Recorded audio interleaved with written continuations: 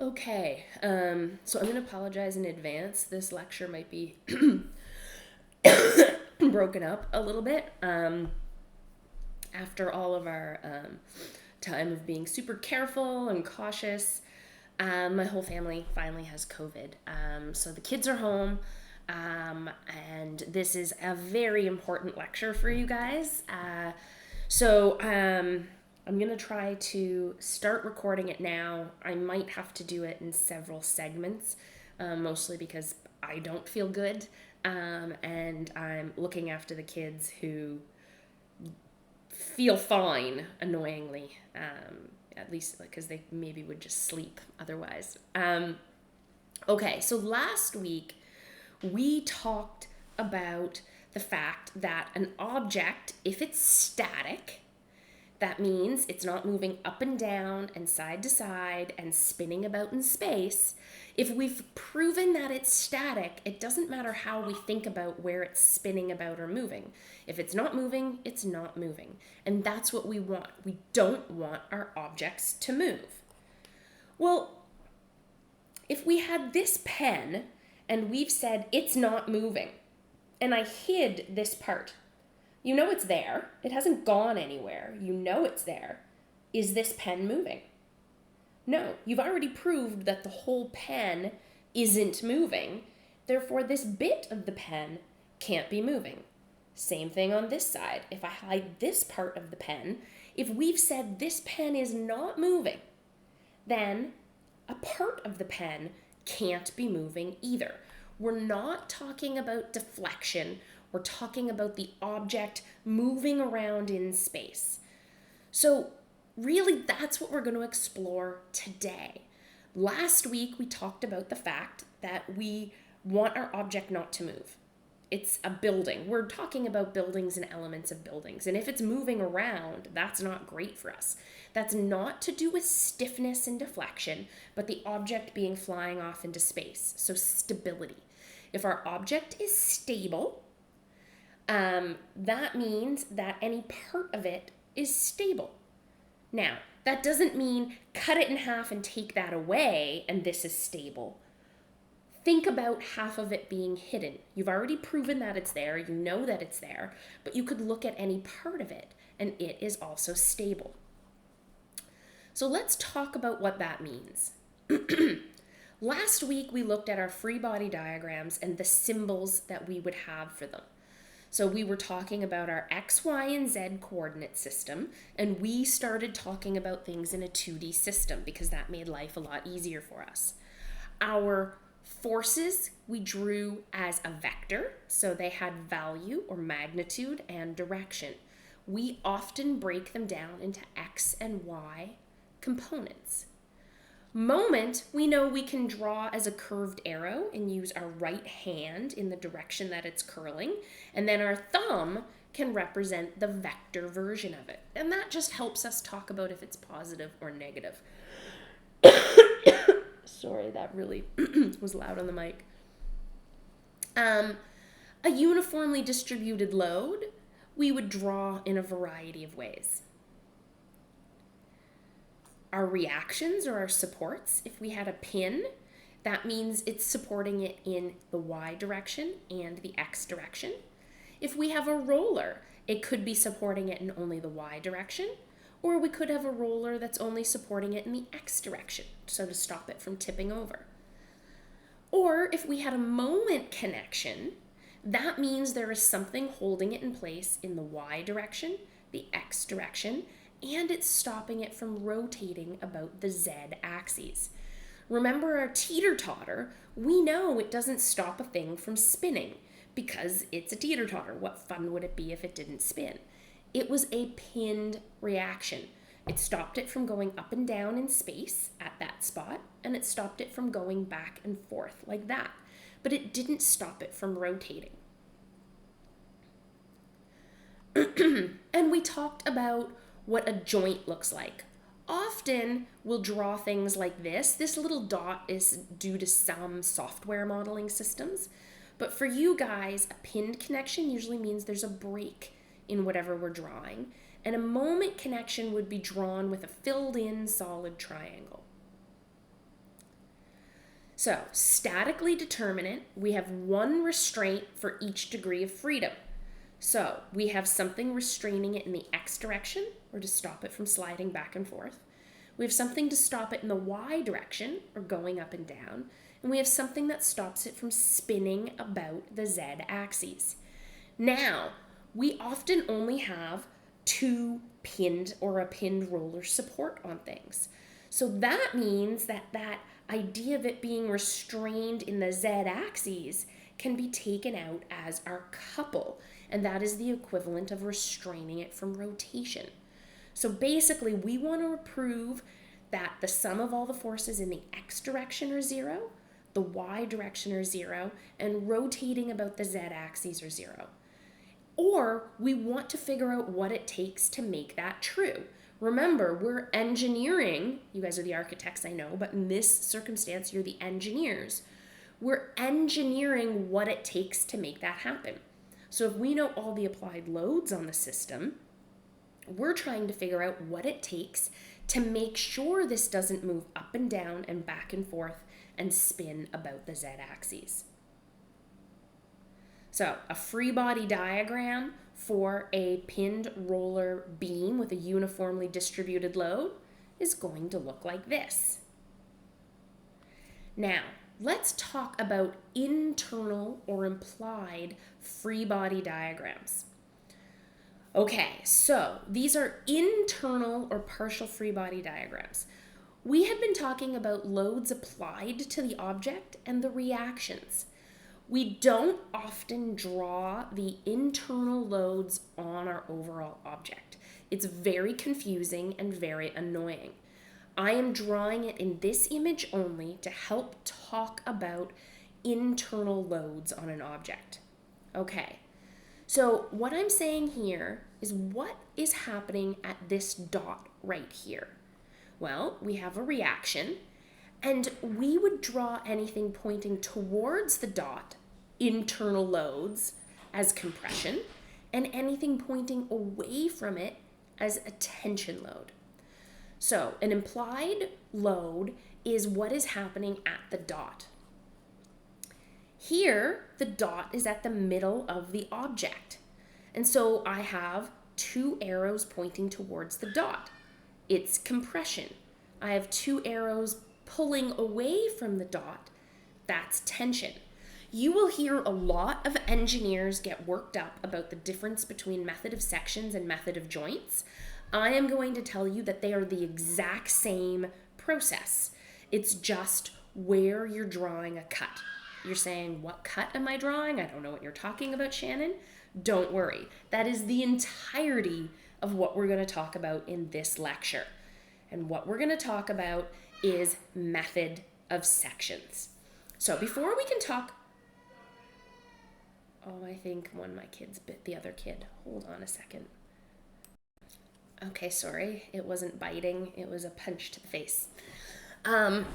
Okay, so last week we talked about how to take an object like this. We don't know what's happening inside of here. We just know for us, this is a big solid object of some sort. There's something going on here. And there's a load applied right here. We're going to, using what we learned last week, figure out what it takes for this object not to move up and down and slide back and forth and spin in space. We know that it has a pinned roller support. So this would be like any bridge you see on any overpass anywhere. They actually restrain this end, and at this end, they have a flat support with a Teflon bearing pad on it, typically. And so this would very much be our pinned roller. You can design this in other ways too, but that's a pretty normal one for a concrete bridge. But just to give you context that it's really easy to make that roller support at the end here. We don't know what's going on in here, but we know this load is getting over to here somehow. So we know how to figure out what these reactions need to be. So let's go through that process right now.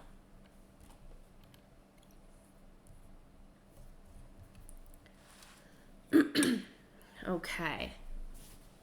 We have a truss that is 3 meters tall and 4 bays of 2 meters with a 100 kilonewton point load over here. Looks like it's 3/4 of the way over. Okay.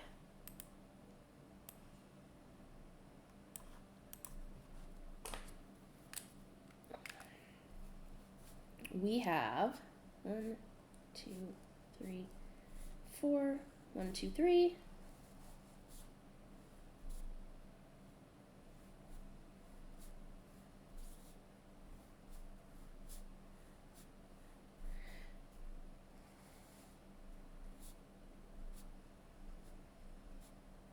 We have this truss. We know that there is an applied load of 100 kilonewtons right here. And we know that something is stopping this from sliding up and down, sliding back and forth, and spinning in space. And we need to know what support it needs to be able to take, or what reactions would stop that, so that we can design those reactions. RL and RR. We also know that this is 3 meters tall. Okay, I always tell you to make a prediction. Which side do you think is going to pick up more of this load? Do you think more of it's going to end up on the right side or the left side? I think intuitively you know that the right side is going to pick up more than the left side. If it was in the middle, it would split it. If it was all the way over here, this would take all of it. And if it was all the way over here, this would take all of it. Some of you, probably looking at this, can make a pretty good prediction of what these values would be. But let's just write for ourselves over here that RL is going to be less than RR. Some of you are probably even able to make the prediction that 3/4 of the load would go here and 1/4 would go here. Regardless, let's go through the math that we know we can do that we talked about last week. We want to know what it takes for this to be static. Or essentially, we want to know what it takes for the sum we want to know what it takes for the sum of all the forces in the x direction to be 0. Remember, everything in that direction is positive. Well, we've got Rx equals 0. We want to know what it takes for the sum of all the moments about the z-axis to be 0, where everything spinning in that direction is positive. We get to pick what point we spin about, because remember, if it's not spinning about a point, it's not spinning about any point. If it's static, it's static. I'm lazy, and I'm always going to pick this point. I can tell you why I pick this point usually for this, because it gets rid of 2 of my unknowns. Now, this one we've determined is 0, but I usually like to put it right here at this point, and then directly in one equation I can find RR. I could pick this point if I wanted. I would have 2 unknowns, and then when I sum the direction, the values in the y direction, I'll have 2 unknowns, and I can substitute an equation into an equation. I would still get the same answer. But I'm lazy, and I'm going to look for the quickest, easiest way to do this. How do you know that? Having done it a gazillion times. I am giving you the benefit of my knowledge that at this stage right here, when we're summing for the reactions of the object, let's put our pin right here, and then we'll find our R right away. So I put my thumbtack right here. The 100 kilonewtons tries to spin the object in that direction, so I'll curl the fingers of my right hand in that direction. Well, if they're curling in that direction, when I point my thumb, it tells me if that is positive or negative. My thumb is pointing into the page, which means it's negative. So minus 100 kilonewtons. To be a moment, you need a force and an eccentricity. It looks like this is passing 2, 4, 6 meters away. All right, thumbtack right here, RR pushing in that direction. Curl my fingers in the direction it's trying to spin. Thumb points in the positive direction. So we've got plus RR times its eccentricity from this point, or distance from this point, 2, 4, 6, 8. All right, we can rearrange this. And RR equals, let's bring this over to the other side so it's positive. We have 100 times 6 divided by 8, and we get 75 kilonewtons. For those of you that guessed this side would take 3/4 of the load, looks like you're on the right track here. For those of you that can just sum the forces in the y direction, getting pretty close to knowing what this answer is. But let's formalize it. Let's get in the habit of writing it out so that when it's not an obvious solution, we know the tricks on how to do it. Okay, let's sum our forces in the y direction. Oh, I forgot to write that we spun that about RL. Everything upwards is positive. All right, we have RL going upwards. We have 100 going downwards, and we have RR going upwards, but we've already solved for RR. It's 75. All right, we can rearrange this, bring both of these over here, so the 100 becomes positive and the 75 becomes negative. We have 100 minus 75. RL equals 25 kilonewtons. All right. This matches our prediction. Some of you probably even looking at this went farther than this and knew this would take 75% and this would take 25%, or 3/4 and 1/4. This matches what our values are. So for this to be in static equilibrium, our reaction here needs to be 75 kilonewtons and our reaction here needs to be 25 kilonewtons. That's what it takes for this truss to be in static equilibrium. Okay, here's where it gets fun. All right, I'm going to turn it back up to me. This is probably the last time in this in this whole lecture. Okay, so we have that solved here. All right, so we have our reactions. But what happens in here to get this 100 kilonewtons to have 75 kilonewtons go here and 25 kilonewtons go here? Something's happening in here. These don't all take 100 kilonewtons of load. Something is happening to distribute that load over to here and over to here. And if our job is to make sure not only that this is stable, but strong enough, we need to figure out what the load is, or the factored load on all of these objects, so we can make sure that the capacity, or the reduced capacity of every single one of those objects, is strong enough to hold that load. So what's happening internally here? What are the internal forces in these members? Okay, if we have an object that is stable, if we imagined any part of it, it has to be stable. So we're not literally cutting up the object, but we're going to imagine we're putting a piece of paper over half of the object. This is called method of sections. We're going to take a section of our object. That's not to say the rest of it doesn't go away. It's there, and in fact, everything that is happening on the portion we're keeping is only true because the rest of the object is actually there. Okay, so what does that mean? If this was our object and it is static, we've gone through the process of determining that this is in static equilibrium.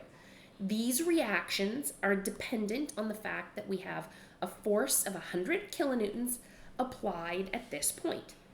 A different load, different reactions. Different location, different reactions. This is only true for this scenario. Okay. Let's imagine that we cut this and put a piece of paper over half of it. So we're going to imagine a cut right here. If we took this piece right here, we know that there is 100 kilonewton point load somewhere over here, and this reaction is dependent on that force. But this portion of it isn't moving up and down or sliding back and forth or spinning in space because it's held in place by the rest of the object. So the rest of the object is there, but if we cut through here, there must be reactions in this object stopping it from moving around. We don't know what those are. Those would be the internal forces in these objects. But we don't know what they are. But if this is a 25 kilonewton reaction here, we should be able to say, well, this object isn't moving up and down or sliding back and forth or spinning in space. So there must be something happening here, here, and here that stops that from happening. So what we'll do is the same way we put unknown reactions here because we wanted to figure out what it took to stop this from moving.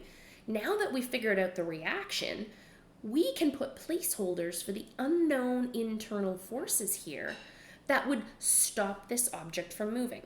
We don't know if it's in tension or compression, so here's a hot tip. I draw everything in tension. Why? If I draw everything in tension, a negative value means I guessed wrong, and that means whenever I get a negative value, it means compression. I could draw some of these in tension and some of these in compression. It doesn't matter, but a negative value only means I guessed wrong. So if I have some drawn in tension and some drawn in compression, I have to go back and look at what I guessed at the beginning and then interpret what that negative value means. But if I always draw everything in tension, it's pretty obvious that a negative means compression then. And so that is a handy trick to get in the habit of. Positive will always be tension if we draw everything in tension, and a negative will always be compression if we draw everything in tension. Okay? So I don't know what's happening, but I'm going to assume that all three of these unknown members, and I'll call them member A, B, and C, are in tension. Okay? So I have some unknown internal force in tension A, in member B, and in member C. I don't know what those values are, but I know that this object is not moving in space. So I should be able to figure out what the internal forces are in those objects that stops this from sliding up and down, sliding back and forth, or spinning in space. Okay, let's come back down to our problem here.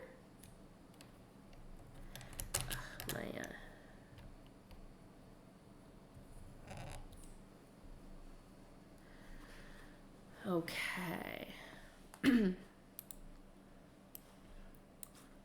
All right, so we are going to draw a section that keeps this half.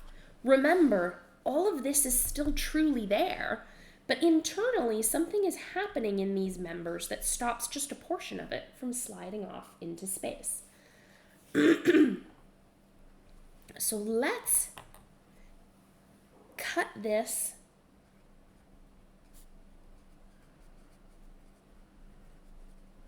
keeping the left side. Because I often get asked, how do you know what side to keep? And I am going to tell you that it doesn't matter. This holds true no matter what you do and what you cut and where you cut it. It's going to be true. In fact, oh, thank you.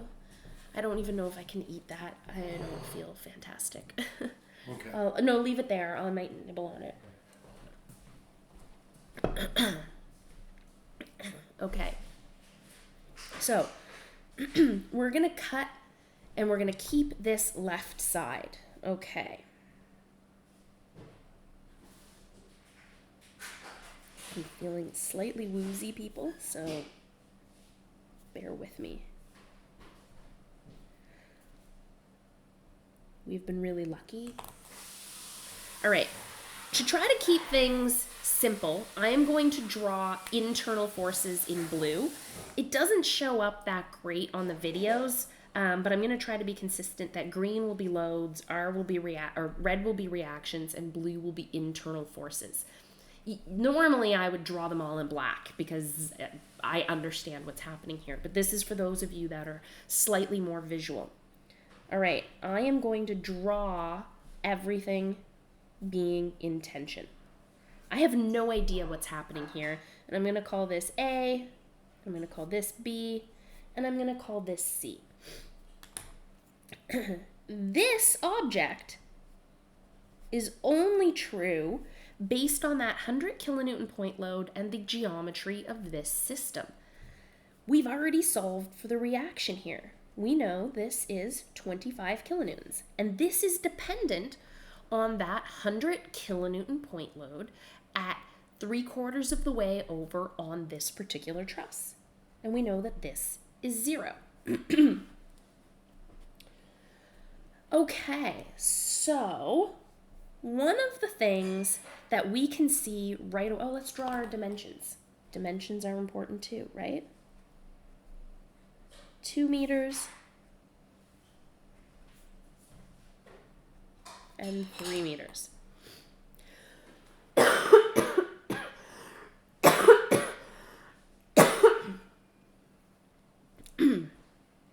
Okay. We can see that A and C follow along the x-axis. That's going to be easy for us.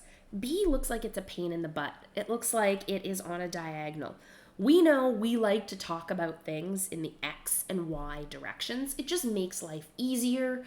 It's easier to add things up. And we know we can switch back and forth with Pythagorean's theorem and using our sine, cosine, tangent rules. Right away, I am going to look and figure out what this angle is.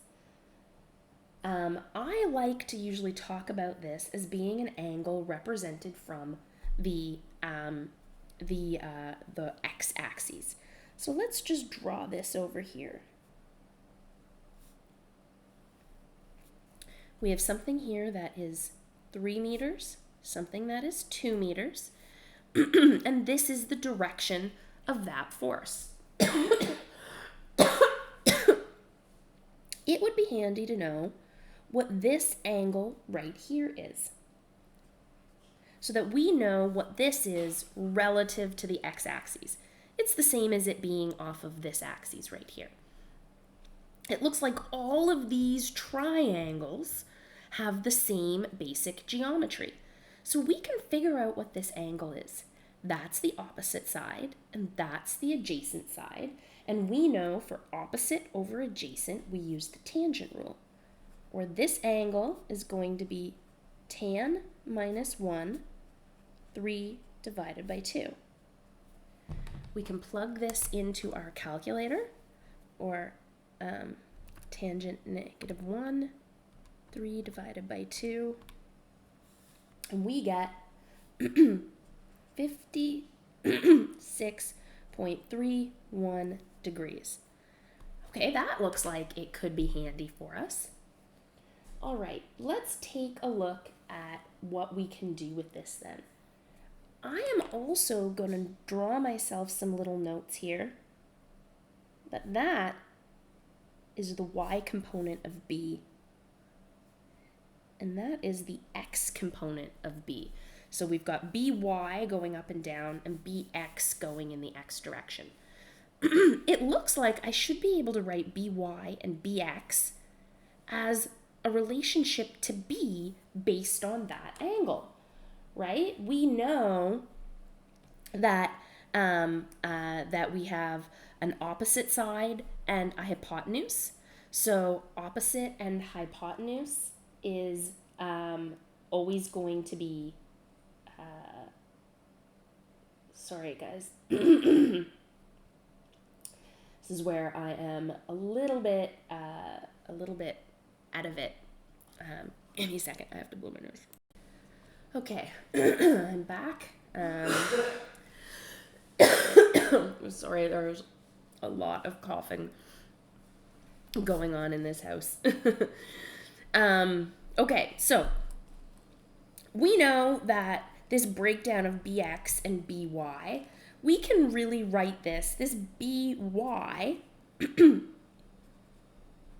by is b times the sine of our angle, and bx is b times the cosine of our angle.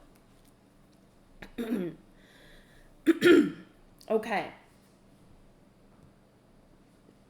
Let's start thinking about this process of summing all the forces in each direction. Okay, so we have, let's take a look at summing all the forces in the y direction. So summing all the forces in the y direction where everything upwards is positive.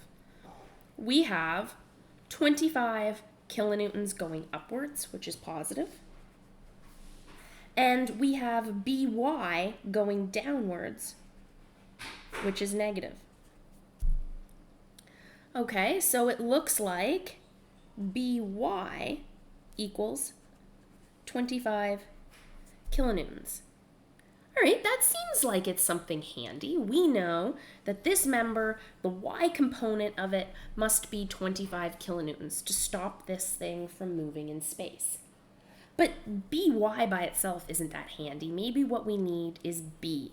So b is actually by divided by the sine of our angle, or 25 divided by sine 56.31 degrees. So 25 divided by sine 56.31. And we get 30 kilonewtons. So that's handy. The internal component of this member, the internal force, or whatever the rest of this object is doing right here to hold this in place, must be able to resist 30 kilonewtons of, well, look at this. Our value was positive, and we know that we drew this in tension. So if the answer is positive, it means we drew it correctly. So that means this is 30 kilonewtons in tension. Okay, we've got some information here. Let's keep going. Let's now sum the forces in the x direction. So everything in that direction is positive, and we want to know what it takes for this object to be in equilibrium. So we want to know what these internal forces are for this to be true. Okay, we have A going in that direction, which is positive. We have C going in that direction, which is positive. And we have BX going in that direction, which is positive. And we have 0, but 0, 0. Okay, that's 3 unknowns. That's a bit of a pain. Oh, except BX, we know is B cosine our angle. Great. So really what we're saying is A plus C plus 30 times the cosine of 56.31 equals 0. Okay, so we've got 2 unknowns. That still doesn't help us. We have one equation written out here, and we have 2 unknowns. Okay, I wonder what else we could do. Well, we know we can sum the moments about a point. Now, I am going forward going to show you tricks of better spots to sum your object about. But when we were looking for reactions, I told you to always spin it about here. That is super wonderful, handy information for summing it about, or to find our reactions. It's less handy for finding the internal forces. I'm going to do it the same way this time, but the next time I'm going to pick a better spot. Remember I said I always picked this spot because it got rid of 2 unknowns because they passed through the point. Well, when we start solving for internal reactions, anything that gets rid of 1 on the diagonal is going to be super handy. Because this passes through a node right here, it gets rid of the x component and the y component of it. let's still just start by looking at this node right here. Okay, so we're going to spin it about this point right here. So we want to sum the moments about the z-axis using our right support, and everything spinning in that direction is positive, and we want to know what it takes for this object not to spin in space. Okay, well, we have our 25 kilonewtons passes through it, so it doesn't cause a moment. C passes through it, so it doesn't cause a moment. A passes along this plane right here.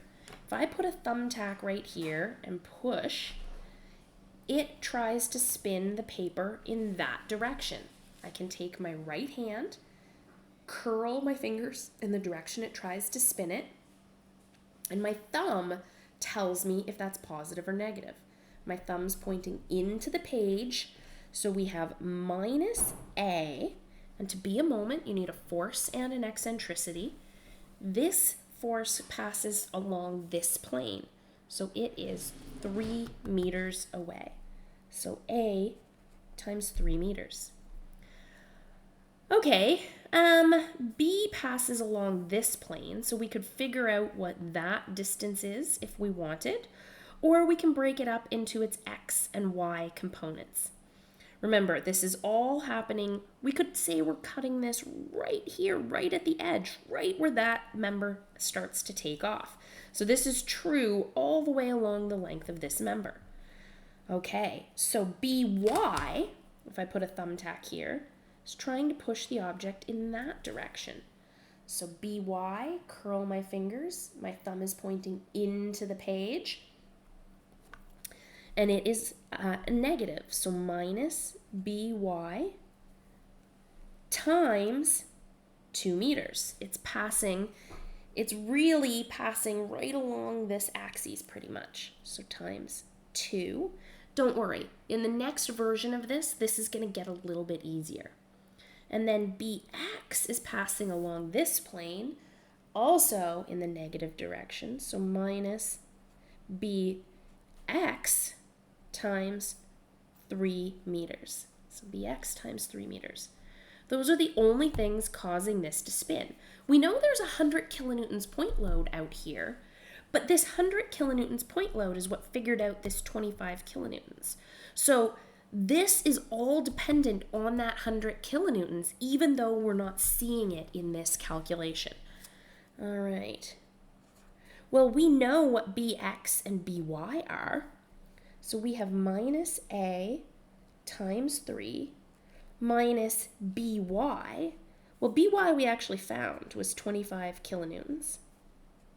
And then BX we know is B cosine of the angle, or BX is 30 kilonewtons times the cosine of 56.31.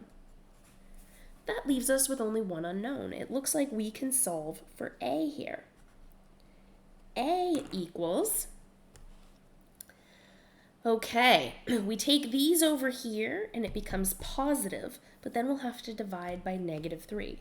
So we've got 25 times 2 plus 30 times the cosine of 56.31 divided by negative 3.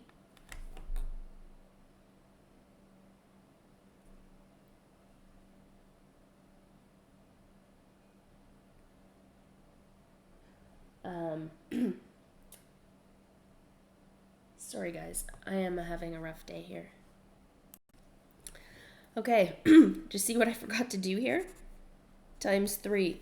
So 30 times, so BX is 30 times the cosine of 56.3 times 3 equals 0. It's like, I know that these numbers don't make sense. Okay, so you can see I don't recommend doing engineering while you have COVID. And that having a sense of what you expect the answer to be is super helpful. You guys don't have that luxury yet. So you might want to cross-check your answers with a friend, go through the process, help check yourselves on what starts to come out of the information. I knew at a glance that something seemed funny about this simply because I have experience of knowing what these values should look like. Okay, so 25 times 2 plus 30 times the cosine of 56.31 times 3 divided by negative 3 gives us minus 33.31 kilonewtons. Okay, negative. Negative means I guessed what direction that arrow was wrong. I drew my arrow in that direction, which was tension. This is telling me that I guessed wrong, and since I guessed tension, that means the answer is in compression. So A equals 33.31 kilonewtons in compression. I always like to write this here to help keep track of what these internal forces are. Well, now we have the value for A. It looks like we can go back and solve for this one now. So we have A. We now know that we can solve for C equals, all right, A is minus 33.3. Bring it over to the other side, or 33.31 minus 30 cosine 56.31.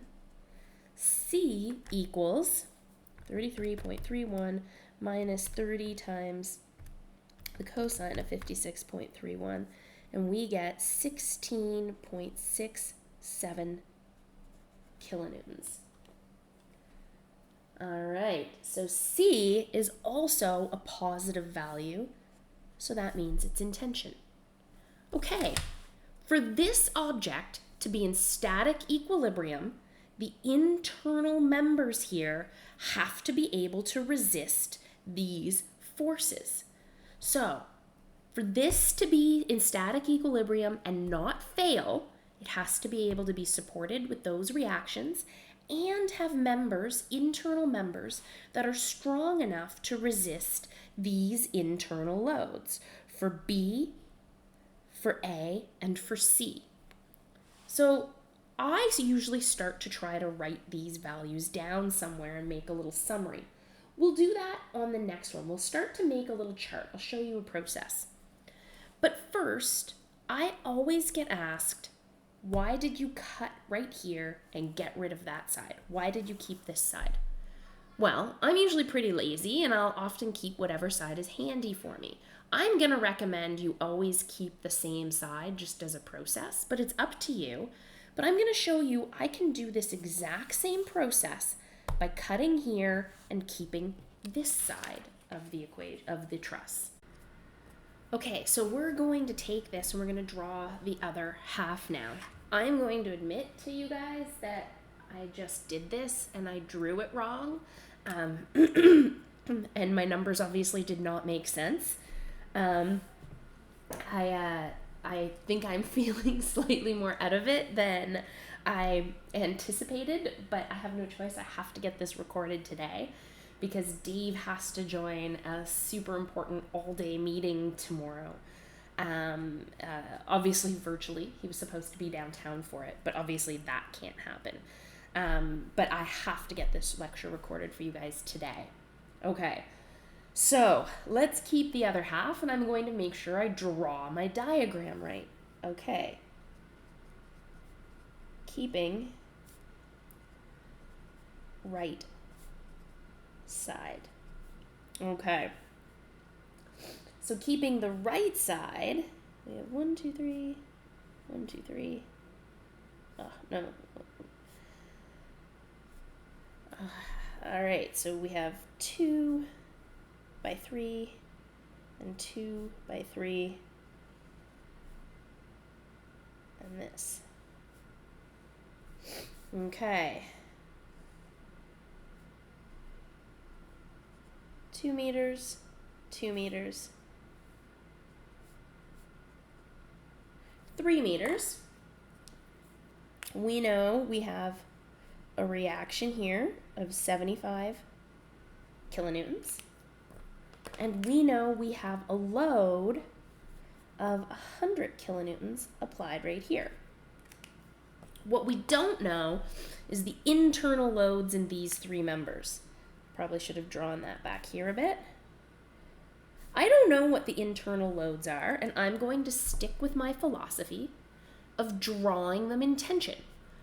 So because I'm drawing them in tension, these all actually look like they're going in the opposite direction, but tension is away from the node that I'm cutting. So I'm cutting right here, so tension is away.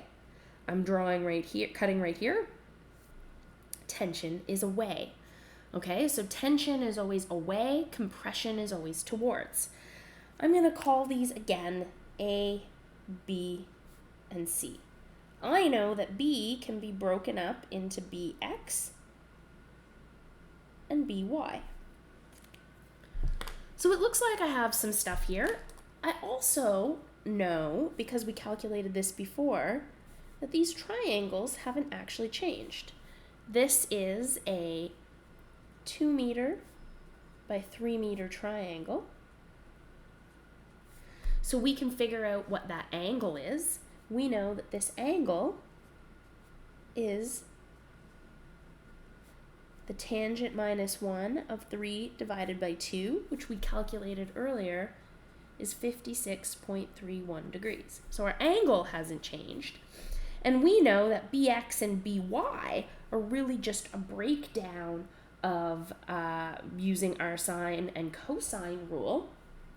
And so we know that as long as we're always referring to things from the x-axis, we know that BY is B times the sine of our angle, and BX is B times the cosine of our angle. So there's some stuff we know right away. We don't know what A, B, and C are, but we know we can break down B into Y and X, and we have a way we can talk about those nicely. Okay, let's start solving for this. We want to know what it takes for this object to be in equilibrium. We know it must be connected to something here that's holding it in place, because the entirety of this thing isn't moving. So this object is holding it in place somehow. So there's internal loads in there holding this thing together. So it is not moving in the X direction.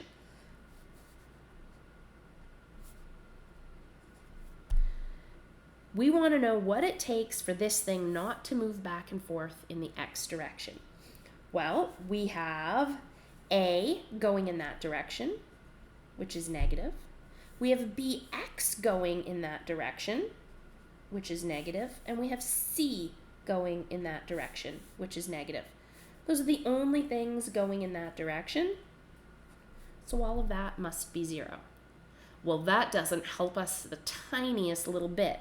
We could make BX be B cosine 56.3, but that's still 3 unknowns and 1 equation.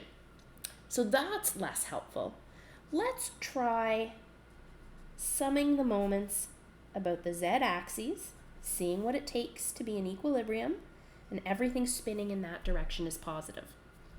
Here's where I'm going to show you a handy little trick. We can pick any point to sum this about. If we picked, I don't know, this point right here, all of these forces would try to spin about that point. We could sum it to 0, and we would end up with 3 unknowns in that equation. We know we have a third equation, so that's not a problem. We can have 3 unknowns and 3 equations. We can then substitute them into each other. We can solve them using the matrix theory. It doesn't matter. We have multiple ways we can solve those 3 equations for 3 unknowns. But what if we could get rid of a few unknowns in one of those equations? Maybe we could make our life a little bit easier. So I'm going to tell you, I often pick the point to spin about when I'm doing method of sections that is somewhere close to a cut or gets rid of a diagonal and a chord member. So I can put my thumbtack, my imaginary thumbtack, anywhere, but I am going to, I have a delivery. Are you kidding? All right, I have to stop this. Sorry about that. at our we built a sauna in our trailer here at home, and we are now absolutely addicted. And so at the cottage, when we go up the first week of May, I go up there to do all my marking for you guys. We, in the fall, built the majority of a sauna for there, and so they just delivered the fireplace for the wood stove for that sauna. So I just had to go coordinate with the guy from a distance to let him know that I had COVID and that he had to drop it off in the driveway, and then I needed to try to get it out of the main part of kind of moving around out there. So I'm back. Hopefully that's the last interruption. Oh, I am fading. I need to take medication soon. Okay. All right. So I am going to pick the place that helps me the most. I can pick anywhere. I'm going to pick the place that helps me the most. So I'm going to pick this node right here where my diagonal and one of my chord members comes through. So this way, B passes right through my thumbtack. Remember, to be a moment, you need to have a force and an eccentricity. If it passes right through the spot, there's no moment. C would also pass right through that point. So I'm going to spin this around the point I'm going to call BC. So BC. I'm going to imagine that my thumbtack is here. C pushes right through that spot. It doesn't cause a moment. B pushes right through that spot. It doesn't cause a moment. A has an eccentricity. It tries to spin it in that direction. So curl my fingers in the direction it's trying to spin it about this imaginary thumbtack. My thumb comes out of the page, which tells me that it is spinning in the positive direction. And to be a moment, you need a force and an eccentricity. So A is 3 meters away. All right. C doesn't pass through it. Our 100 kilonewtons spins about that point. So put my imaginary thumbtack there, curl my fingers in the direction it's trying to spin it. My thumb tells me if it's positive or negative. My thumb is pointing down into the page, which is negative. So minus 100 times 2 meters away.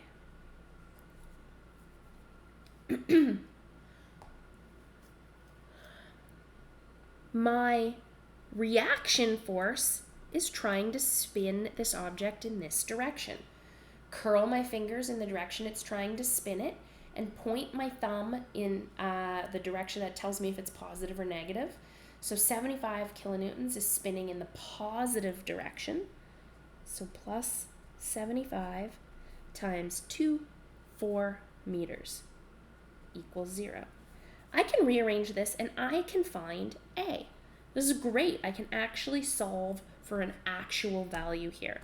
So we bring this over here and it's positive, bring this over and it's negative, and we divide by 3.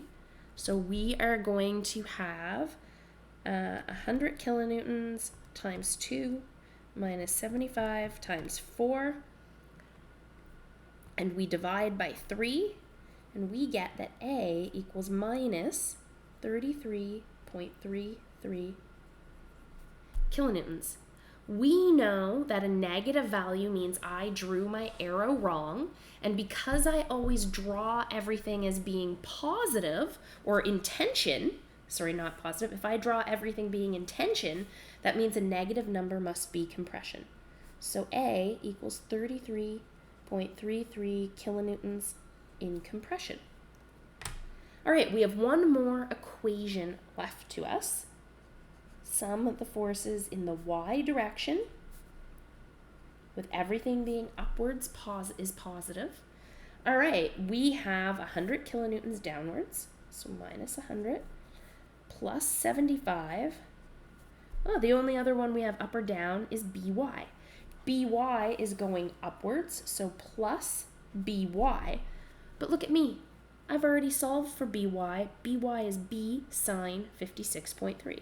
So plus b sine 56.31 degrees. This is really just by. We can rearrange this because by as itself, we don't really care about. What we care about is the value of b. All right, so solving for b is what really matters to us. We can rearrange this and we can solve for b. All right, so we bring that over there and it's positive, we bring that over there and it's negative, and then we divide by sine 56.3. So 100 minus 75 divided by the sine 56.31, and we get plus 30 kilonewtons. Positive means I guessed right, and I always guess in tension. So that means B is 30 kilonewtons in tension. Well, now we can come back and solve this. We don't know what Bx is, but we know that Bx is B cosine 56.3, and we've solved for B. We know that A is minus 33.3 kilonewtons. It's going in the negative direction, but it's a negative value, so we'll keep all of that information in there. We can do one of two things. We can change the direction of that arrow and change that to a positive value, or we can keep that going in the negative direction and keep that as a negative value. So let's go with just keeping everything as it is. So we have minus A, but we know that A is minus 33.33, minus Bx, but Bx is B cosine 56.31, and we know what B is.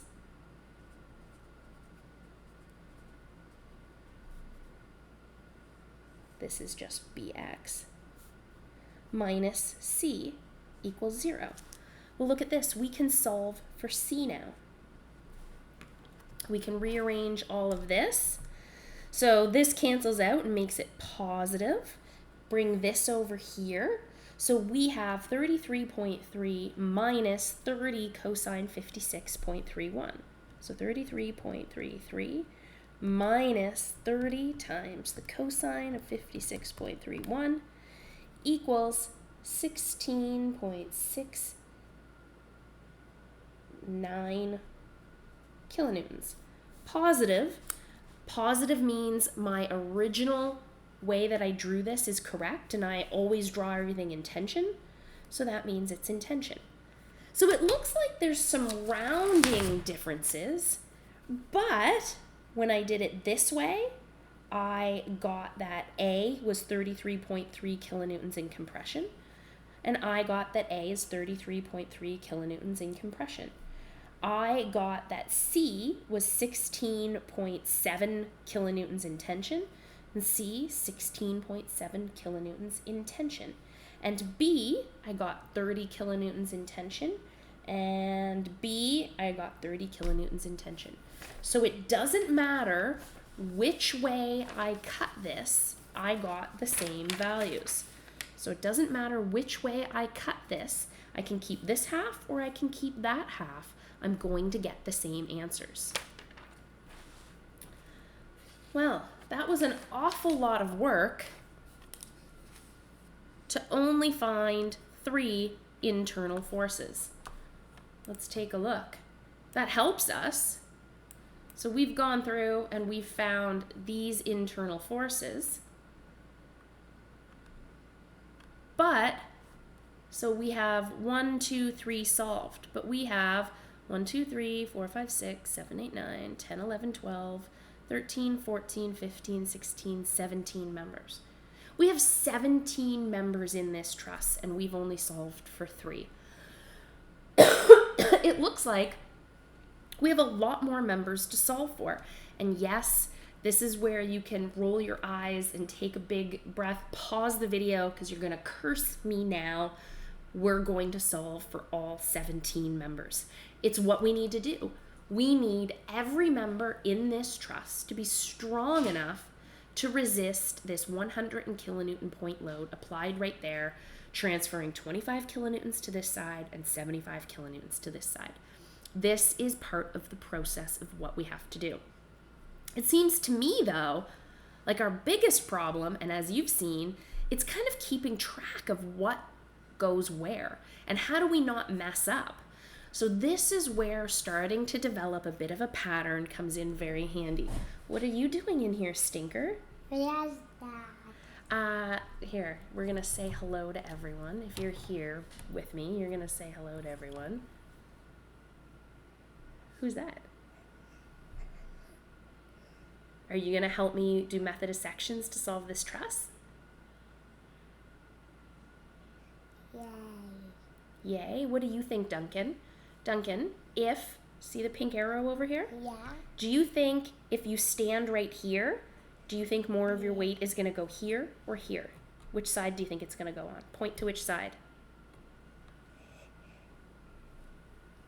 Oh, so close. In the middle. No, that's a good guess. Okay, buddy, I have to keep doing these problems with my students. Can you go find Daddy? I think he's out on the patio. I think he had to take a phone call. You have a fever, don't you? I'll come in and give you some medicine in just a minute, buddy. Okay. Okay, I'll come. Sorry, I have to go again. Okay, I think I have the kids sorted, and as I do that, I hear Duncan is hitting me from the other room. So I apologize. You guys need me to really be on my A game today, and I'm not. I'm really going to apologize for this. And because I don't want to stop this again, I'm just getting water.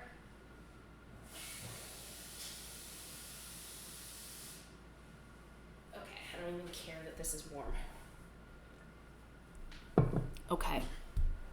So it seems like, as you can see from the multiple times I've messed up here today, that having a process of keeping track of everything is vital. We're gonna start to see that we can go pretty fast as well. So what I'm going to recommend is to come up with a system to name all of these things, name all of these members, and name all of the nodes that we might want to spin things around so that we have a really handy chart that we can fall back on so we don't screw up. So here's what I often do when I first get a truss. I take the truss and I label everything. So you can see A, B, C, D, E, F, G, H, I, J, K, L, M, N, O, P, Q. And then I labeled all the nodes, 0, 1, 2, 3, 4, 5, 6, 7, 8, and 9. Now I'll be able to have a system to talk about things. We've already solved the internal forces for K, D, and O. Those were our A, B, and C members that we solved for earlier. So what I often then do is on the side of my page, write down all of these members and I fill them in. So I make sure I don't miss any members because I need to know the internal axial forces of every single one of these members. Okay, let's start going through that process. All right, I'm gonna make me big here.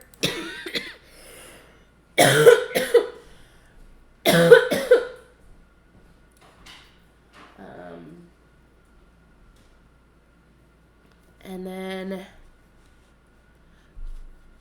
I will scroll ahead for myself here. Okay. Let's draw out our full truss. 1, 2, 3, 4.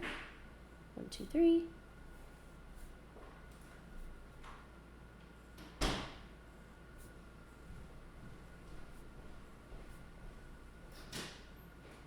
So here's our truss. We know that it is 3 meters tall.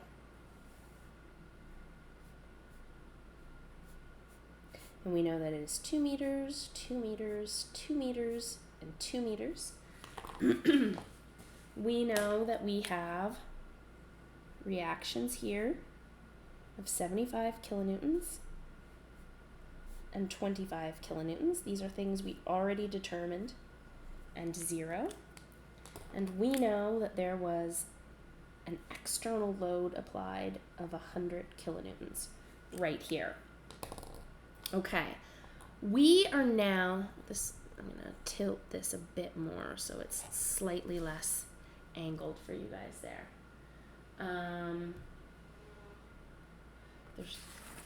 I am now going to label all of these members. Okay, we are going to label these A, B, C, D, E, F, G, H, I, J, K, L, M, N, O, P, Q, and we're going to label our nodes 0, 1, 2, 3, 4, 5, 6, 7, 8, and 9. And then I'm going to write a little summary chart here of all of these members. A, B, C, D, E, F, G, H, 1, 2, 3, 4, 5, 6, 7, 8, I, J, K, L, M, N, O, P, Q. Okay, we already know K, D, and O. We solved for those already. K was the A that we had solved for originally, which we know is, so our A is now K, which was 33.3 kilonewtons in compression. We know that D was the one we were calling B, so we solved for B, which is 30 now, 30 kilonewtons in tension. And the one that we used to call C is now O, is 16.7 kilonewtons in tension. So we've already got 3 of our members solved. Let's start going through and making section cuts using method of sections and solving for our unknowns. Okay, I am going to make a cut through A and N. So I'm going to make a funny cut right here along that. So here's my node 0. I'm cutting A and I'm cutting through N. I know at this point right here, there's a 25 kilonewton point load here. We know there's 0 load applied there. And we have an unknown value A and an unknown value N. I always draw everything in tension because I'm lazy. It also means that if I get a negative number, I know it always means compression. Okay, let's sum our forces in the X direction. Everything in that direction being 0. It looks like 0 plus N equals 0. All right, N equals 0. Let's sum our forces in the Y direction with everything upwards being positive. We have A going upwards, and we have 25 kilonewtons going upwards. We rearrange this, we get A equals minus 25 kilonewtons, which means A is 25 kilonewtons in compression. If we get a negative number, it means we guessed wrong, and since I always guess that everything's in tension, a negative number means it's in compression. Great, we can fill in some things. So we know A is 25 kilonewtons in compression, and we know that N equals 0 kilonewtons. So N has no load in it. Okay, let's make another cut. I am going to make a cut through J, B, and N. So I'm going to cut through there.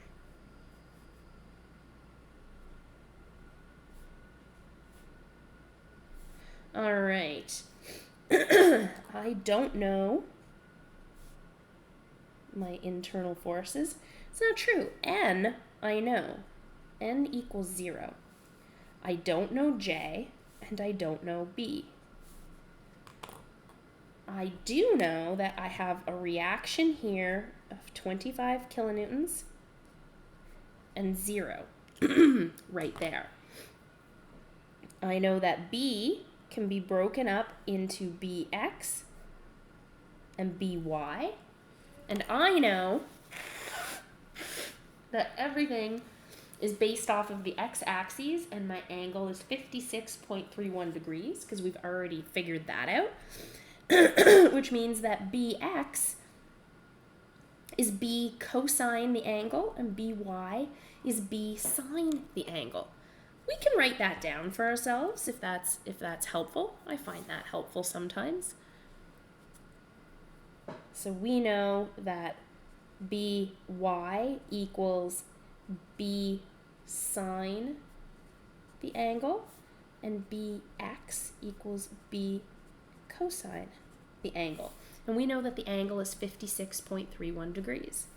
All right, let's start summing things up here. Let's sum the forces in the y direction. Why did I pick the y direction? Mostly because I'm starting to see that if I do one that only has one unknown, it might make the next step easier.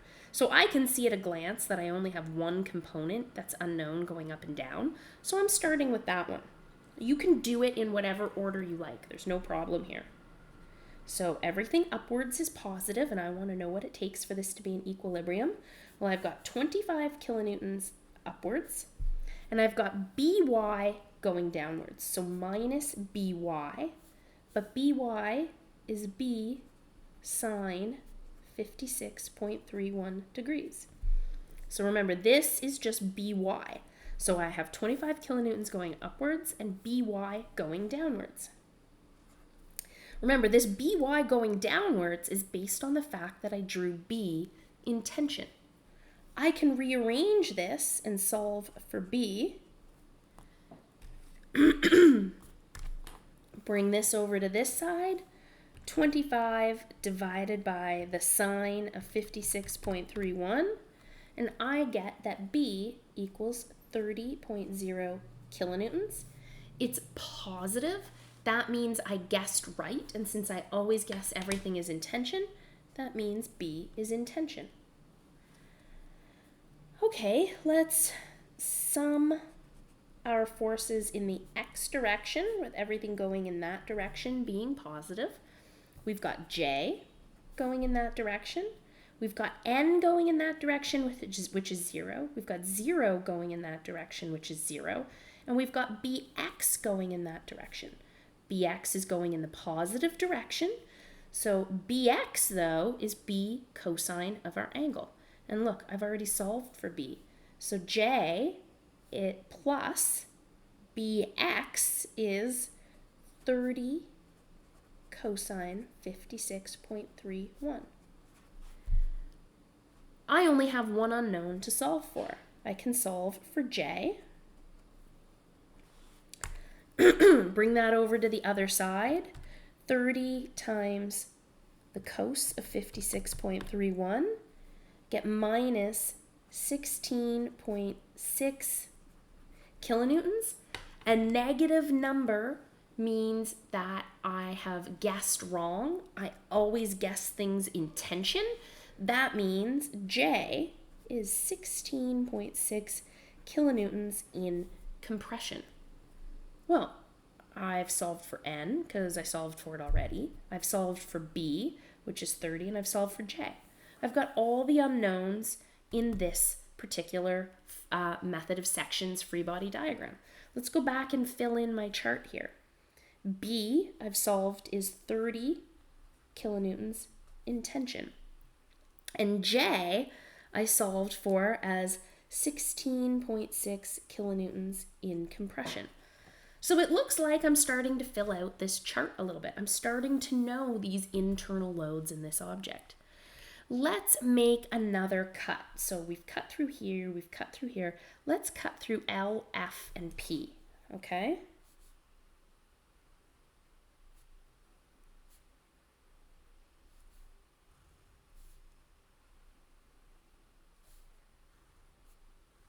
All right.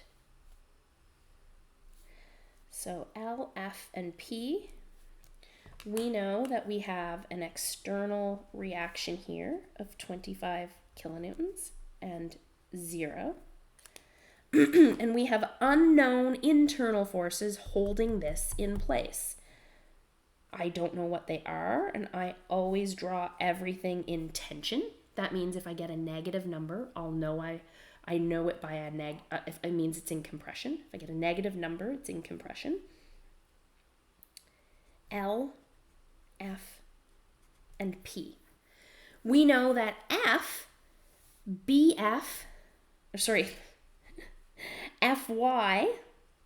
is B sine the angle of 56.31. And we know that Fx is F cosine the angle of 56.31. So Fx and Fy. All right, let's just write that little summary for us. It's certainly handy to have that information. So Fy is F times the sine of 56.31 degrees, and Fx is F times the cosine of 56.31 degrees. Okay, let's start using our equations to help us out here. Again, I look at this and I see I've only got one unknown going up and down. So I'm going to solve for summing the forces in the y direction with everything being upwards as positive first. I've got 25 kilonewtons going upwards plus Fy1 going upwards. So plus Fy, not Fy1. I've got Fy going upwards.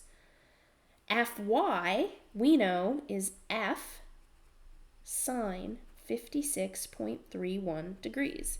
Those are the only things moving in the y direction. And we want to know what it takes for it not to move in the y direction. So the sum of all of the things in the y direction has to be 0. We can rearrange this, and for this not to move in the y direction, we can solve for F. All right, we bring 25 over, making it negative, divided by the sine of 56.31 degrees, and we get minus 30 kilonewtons. Well, we know a negative number means we've guessed wrong, and so that's telling us that F is 30 kilonewtons in compression. Okay, let's sum our moments about a point. About the z-axis, where everything going in that direction is positive. All right, remember I said I'm lazy and I like to pick the point that eliminates as many things for me as possible? I'm going to pick this point right here. I don't have to deal with F, which means I don't have to deal with Fy and Fx, and I don't have to deal with P, leaving me my 25 kilonewtons that's trying to spin it and my L that's trying to spin it. So I've got my imaginary thumbtack here at node 4. So imaginary thumbtack here, 25 kilonewtons is trying to spin it in that direction. My fingers are curling in the direction it's trying to spin, so my thumb is telling me that it's minus 25 kilonewtons, and this is 4 meters away. Thumbtack right here, I've got L trying to spin it in this direction. Curl my fingers in the direction it's trying to spin. My thumb is pointing downwards, which means it's negative, so minus L times 3 meters. Those are the only things trying to make it spin about that point. So I can rearrange this, and right away I can solve for L. All right, bring that over and it's positive, and then I'm dividing by negative 3. So I have 25 times 4 divided by negative 3.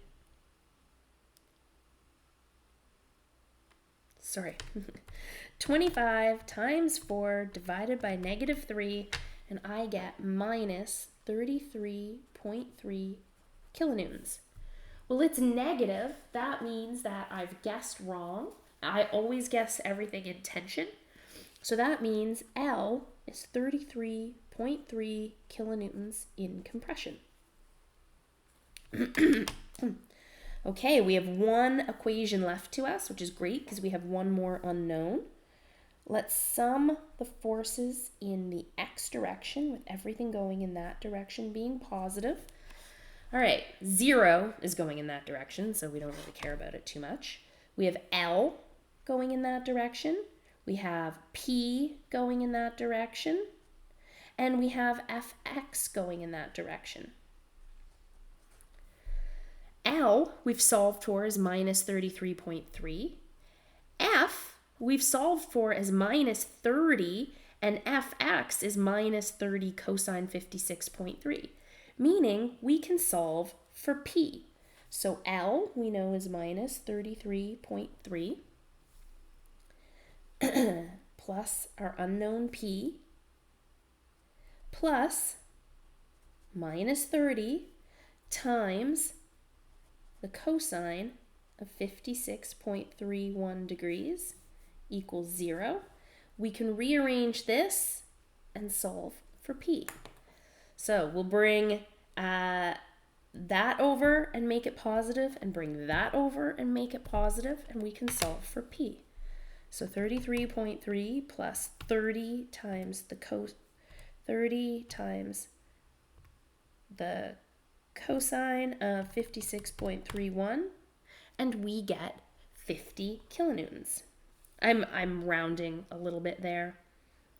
Let's do it with 33.33333, which is what the answer really was, plus 30 times the cosine of 56.31. We can round that up to 50 kilonewtons. It's positive. That means we are in tension. Positive means we guessed right with our arrow, and we guessed that it was in tension, so it's correct. Okay, let's plug this information back into our chart that we're keeping track of everything here.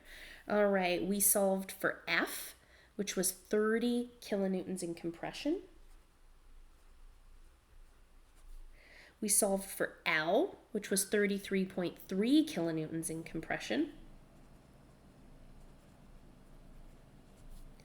And we solved for P, which was 50 kilonewtons in tension.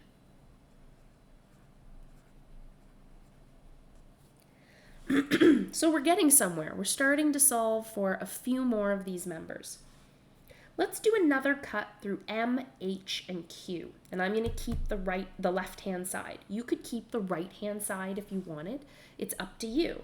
I am always going to work this way just to give you guys a convenient frame of reference. So I am going to cut through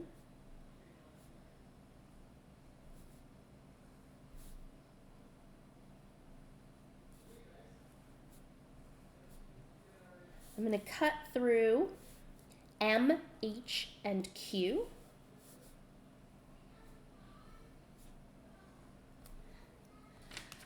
I know that this is 2 meters, 2 meters, 2 meters. That's 3 meters. I have an external reaction of 25 kilonewtons here. We know that's 0. We are now cutting past this support, or this point load of 100 kilonewtons. And we have internal forces that we don't know what the heck they are. I'm going to guess and draw them in tension. And I'm going to label them by the members. So M, H, and Q. And we know that H can break into HY and HX. We know, based on simple geometry, that HY equals H times the sine of 56.31 degrees, and HX equals H times the cosine of 56.31 degrees. You can see why I always like to reference my angle from the x-axis. It means that this is just a true thing. I only have to calculate my angle once, assuming these all have the same angles. If these were different dimensions, which hot tip in the assignment practice problems, there is one where these lengths are different and you might have to calculate more than one angle. Okay, so we have these, we know how to break down H into X and Y. Let's start going with solving for these internal forces. All right, let's sum the forces in the, I'm going to pick the Y direction where everything upwards is positive. I have 25 kilonewtons upwards. I have 100 kilonewtons downwards, and I have HY upwards. So plus HY, but HY is H times the sine of 56.31.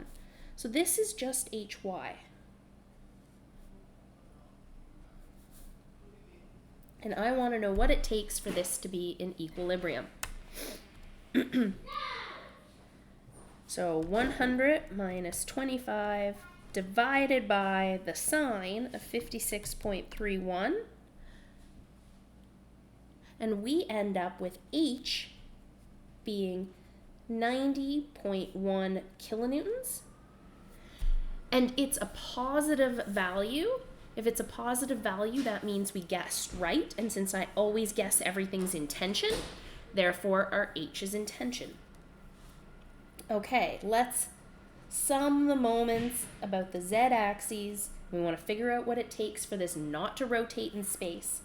And everything in that direction is positive. What node do we pick to spin this about? Well, like I said, I'm lazy. I'm going to pick this node right here, which we labeled as node 6. Look at this. 0 passes through it, Q passes through it, H passes through it, but also our 100 kilonewtons passes through it. It means we're left with 25 kilonewtons trying to spin about this point, and M trying to spin about that point. Okay, so we have 25 kilonewtons trying to spin about that point, which is our negative direction. So minus 25 times 246 meters. And we have M trying to spin about that point, which is also in the negative direction. So minus M times, M is 3 meters away. And those are the only things trying to make this spin about that node. So we've picked node 6 to try to spin about. If we had picked a different node, there would be different things trying to make it spin. Had we picked this node here, the only thing we got rid of was M and our 25 kilonewtons. That is another reasonable way to do this. But I'm going to try to pick the one that gives me the least problems when I solve for it. So now I can solve for M directly here. So bring this over to this side and divide by negative 3. So I have 25 times 6 divided by negative 3. M equals minus 50 kilonewtons. Or M equals 50 kilonewtons in compression. Because I always assume everything's in tension and a negative number means I assumed wrong, that means a negative number means it's in compression. Okay, let's sum our forces in the X direction, where everything in that direction is positive. All right, we have 0, that's going in that direction, that's no problem. We have our M going in that direction, so M is positive, Q is positive, and HX is positive. So all of those things are trying to go in the X direction. Well, M we've solved for as minus 50. Q we don't know. And HX we know because HX is H times the cosine of 56.31, and we know what H is. So 90.1 cos 56.31. We can rearrange this and we can solve for Q. All right. Bring that over and bring that over. We have 50 minus 90.1 times the cosine of 56.31. We rearrange this, and we end up with Q equaling 0. There's a little bit of rounding stuff happening there, but this is essentially saying it's 0. Okay, we've got 3 more things we can fill into our chart here. H, we know, is 90.1 kilonewtons in tension. M, we know, is 50 kilonewtons in compression. And Q, we know, is 0. It looks like we only have C, E, G, and I left to solve for. Well, C is that member, E is that member, G, and I. This looks like it's all of these straight up struts that we have left to solve for. Okay, so if the first one we want to solve for is C, maybe we should do a cut right here. So let's cut through N, B, C, and O. All right? So this is node 2, and we have, all right.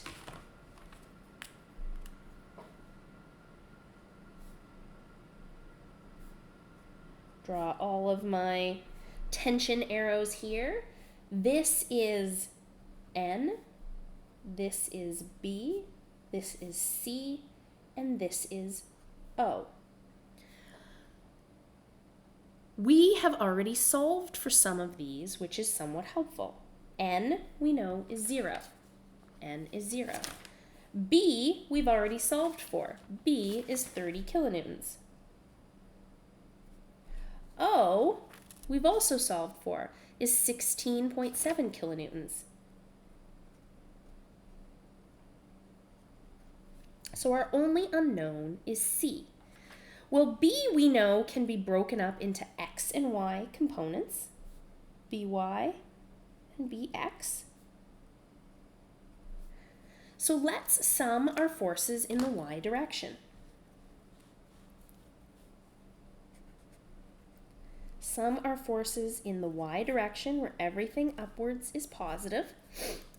We have By going upwards, so By upwards, but we know By is B sine our angle, and we know what B is, so we have 30 times the sine of 56.31, and that's just our By, plus C equals 0. They're the only things going up and down. We can rearrange for this, and C, we get, bring that to the other side, 30 times the sine of 56.31, and we get that C equals minus 25 kilonewtons. Well, we know a negative number means that we guessed wrong in what direction, and we always assume everything's in tension. This is 25 kilonewtons of compression. So let's come back here and fill this out. 25 kilonewtons of compression. Okay, that solves for C. Let's do the same cut for E. Actually, I'm going to cut through K, E, and L to solve for E here. Okay.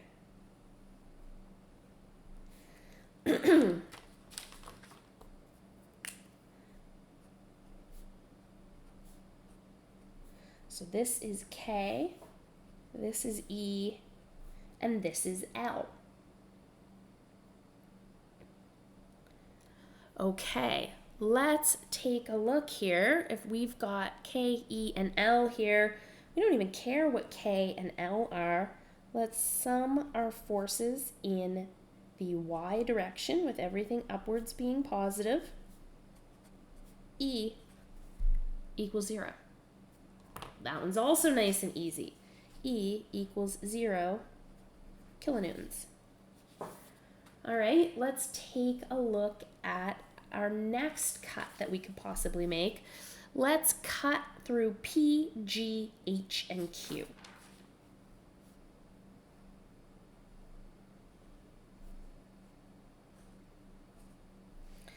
All right.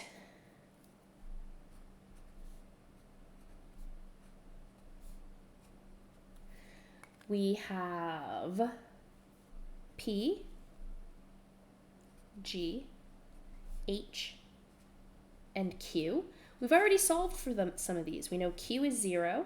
We know P is 50 kilonewtons in tension. We know H is 90.1 kilonewtons in tension.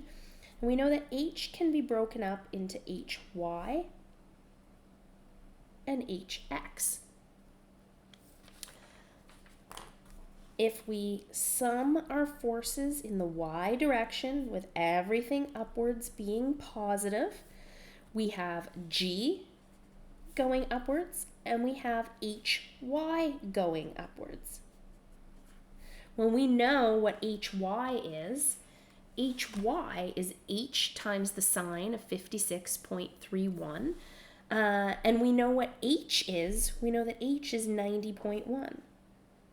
So G plus 90.1 times the sine of 56.31 equals 0. We can rearrange this and solve that G equals negative 90.1 times the sine of 56.31 equals minus 75 kilonewtons. We know a negative number means we guessed wrong, and so that means G is 75 kilonewtons in compression. So we can fill that in here, meaning we only have I left. Let's cut through Q and I here. So we'll cut through Q and I.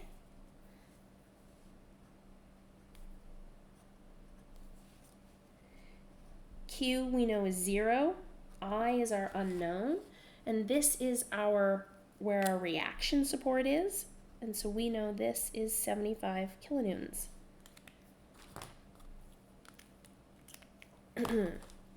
Let's sum our forces in the y direction with everything upwards being positive. We have I upwards plus 75 upwards equals 0. I equals minus 75 kilonewtons.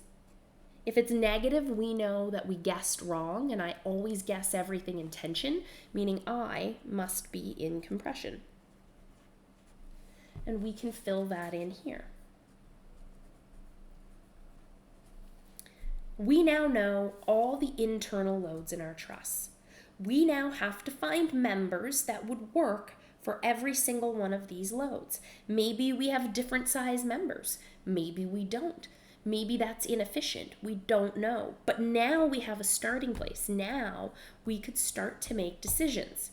I mean, that part will happen next term, but you now know the internal loads on this truss. Okay, let's take a look here. Let me go back and see. Okay, so here is truss 1 solved. I have all of those internal loads written here. So we've got some tension on the bottom and compression on the top. That seems to work nicely with what we assume about something with downward bending, or bending trying to make it push downwards. So if we had this element here and it went like this, we know that compression in the top and tension in the bottom seems reasonable. And so that matches what we're seeing here in this truss. We found compression in the top and tension in the bottom. So some of those things match with our intuition. So this is good. The internal stuff's a little bit harder. And this is the thing I'd like to point out. If we moved this 100 kilonewtons to a different spot, all of this changes. So if you were trying to design a truss that could support a person walking across it, you would have to do this for that 100 kilonewtons at any single point, because it would change the maximum loads in all of these possible conditions of the truss. So you can see it starts to be quite iterative, this process. Okay, so here it is all worked out in the lecture slides for you. All right. I'm trying to decide if you guys will hate me if I go through this whole example right now. I don't want to leave us without enough time to talk about axial loads. I'm going to stop this and add it on to all of my other things to see how much time I've already taken up. We have 3 hours, and so I want to make sure I don't leave us short. Okay, it looks like we have time to get through this and another example, as long as I don't lollygag on it. So this is another truss that we've been given, and they've said find the forces in the members. So we know that the very first thing we need to do is to figure out what it takes to make the overall system stable. Before we can go in and start chopping it up and looking at method of sections, we have to figure out what it takes for the entire system to be stable. So we need to find the reactions, and then we can start talking about all the internal loads in this. Okay, let's take a look. So first things first, let's find our reactions. All right. Find reactions.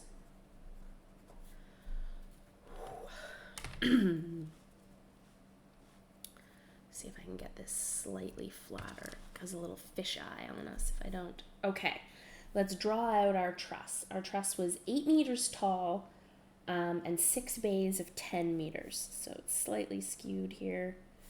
Let's draw it 4 to 3.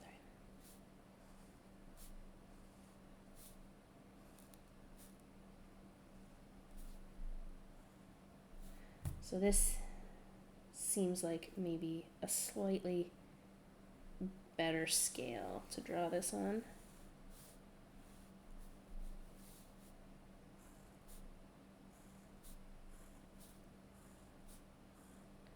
Okay, and they gave us struts here and here and here and here and here and here.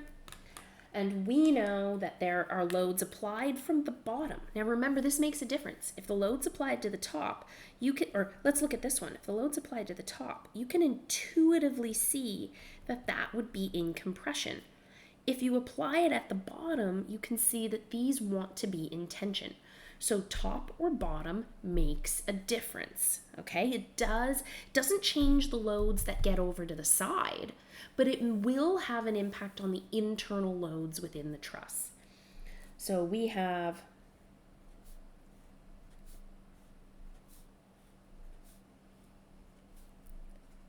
$60 kilonewtons, 60, 60, 60, and 60.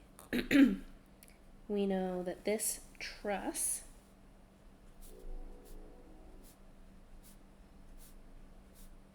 is 10 meters, 10 meters, 10 meters, 10 meters, 10 meters, and 10 meters, and that it is 8 meters tall. We know that it has a pinned roller connection here.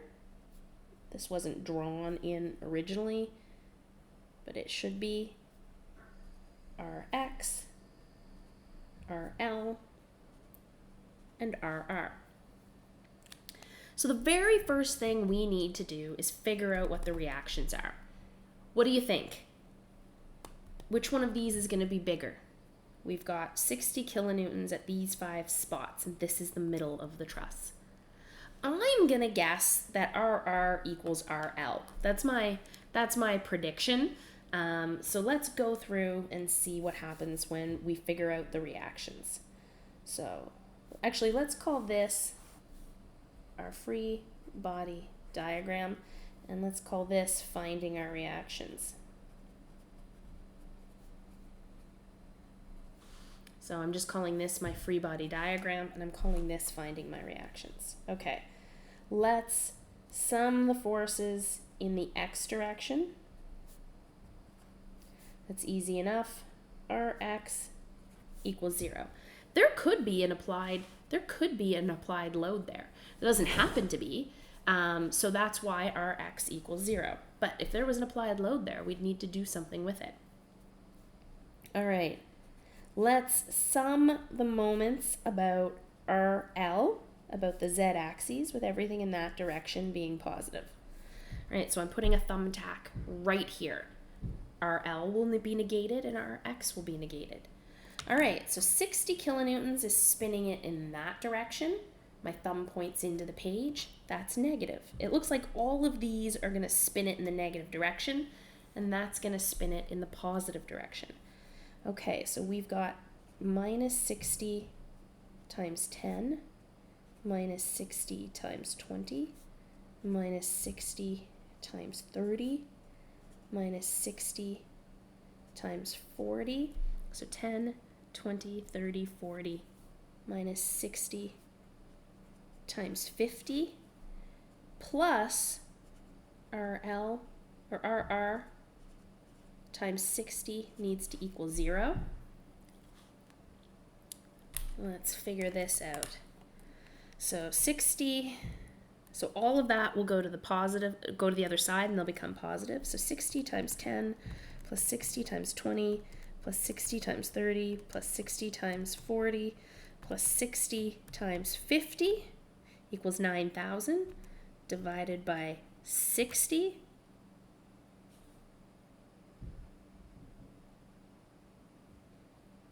That doesn't seem right. Looks like I plugged something in wrong. Yeah, I did. I plugged something in wrong. Okay.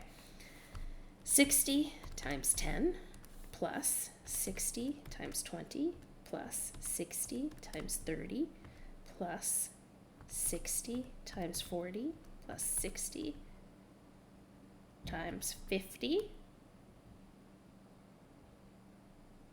divided by 60 equals 150. Huh, that's a lot better. RL equals 150 kilonewtons.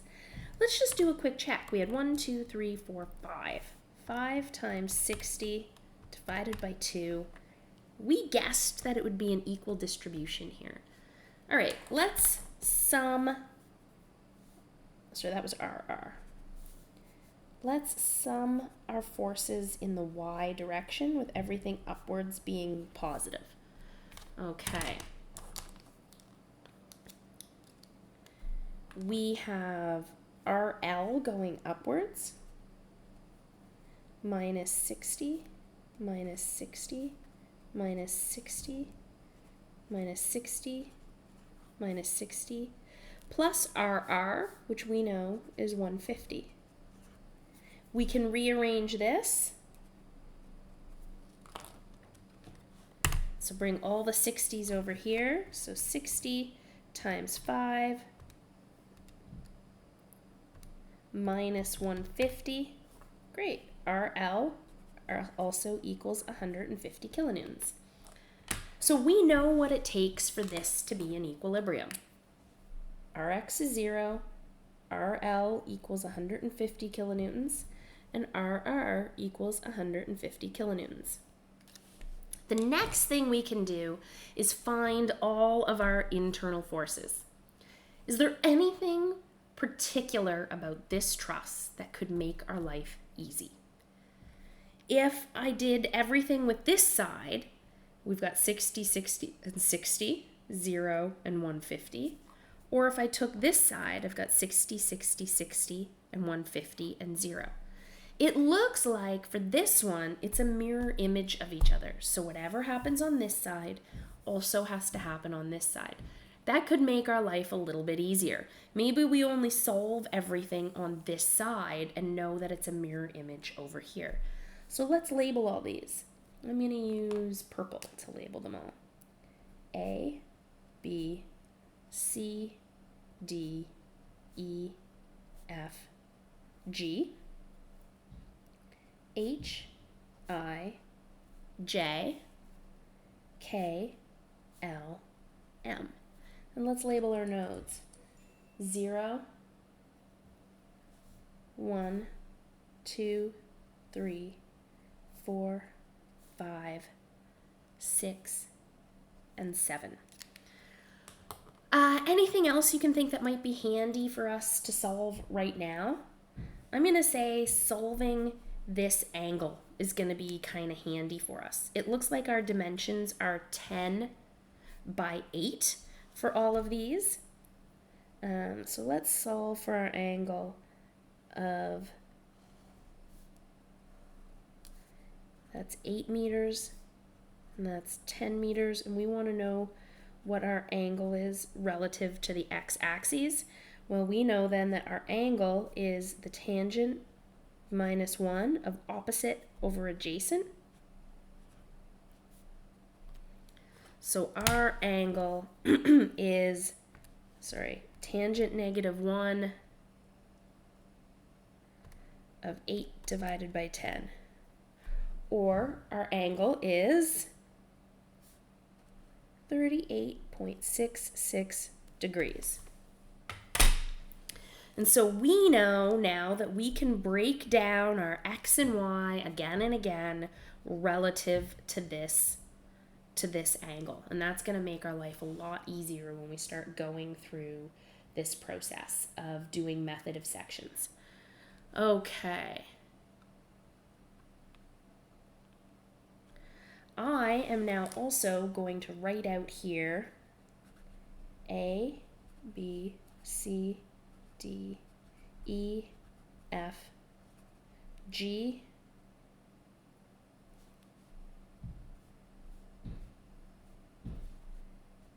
H, I, J, K, L, M. All right, so I have a place to come back and fill in all of that information. All right, let's start with our first section cut. Where should I pick? I am probably going to start being really lazy and kind of going through in a bit of a process. So I'm going to cut through A, B, and K first, I think. So I'm going to cut through A, B, and K. So A, B, K, cut. This might help you keeping track of it like this. So my A, B, K cut, I've got this node right here, which was node 0. And my internal forces, I don't know what any of them are, so I'm going to draw them all being positive. And this was A, this is B, and this is K. I know that this is BY and this is BX.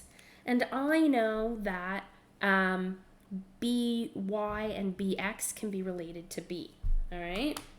So BY is equal to B times the sine of 38.66 degrees. And BX is B cosine 38.66 degrees.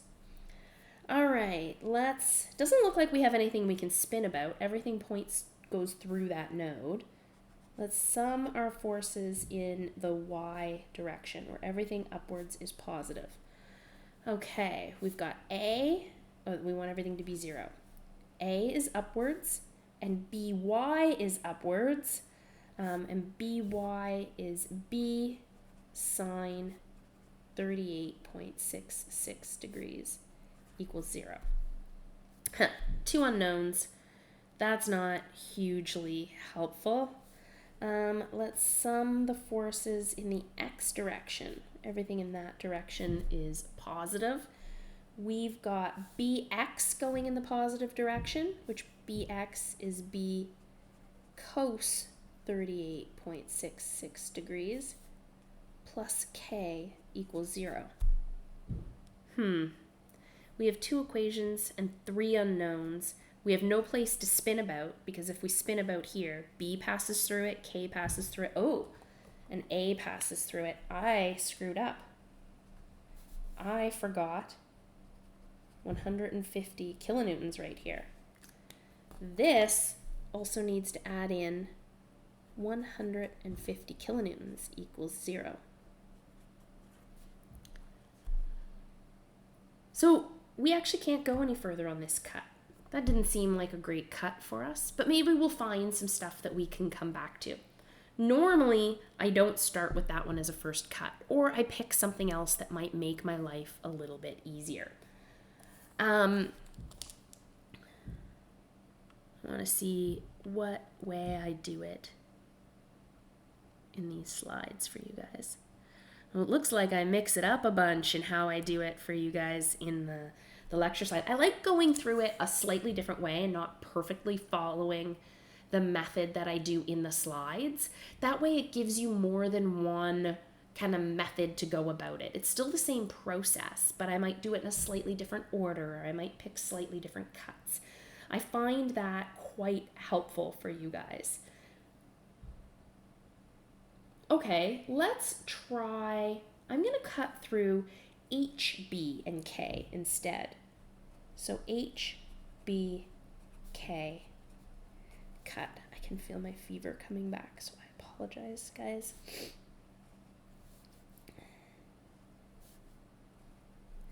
All right, so we know that this is 8 meters. We know that we have our 150 kilonewton reaction that is dependent on all of those forces that are acting on this. We have an unknown H, we have an unknown B, and we have an unknown K. We know this can break up into Bx and By. We know that By and Bx can break down into these components. Okay, let's sum the forces in the y direction, where everything upwards is 0. All right, we have 150 kilonewtons upwards, and we have By upwards. We know that By is B sine 38.66 degrees equals 0. Well, it looks like we can rearrange this and solve for B. Bring 150 over, so we have negative 150 divided by the sine of 38.66 degrees, and we get that B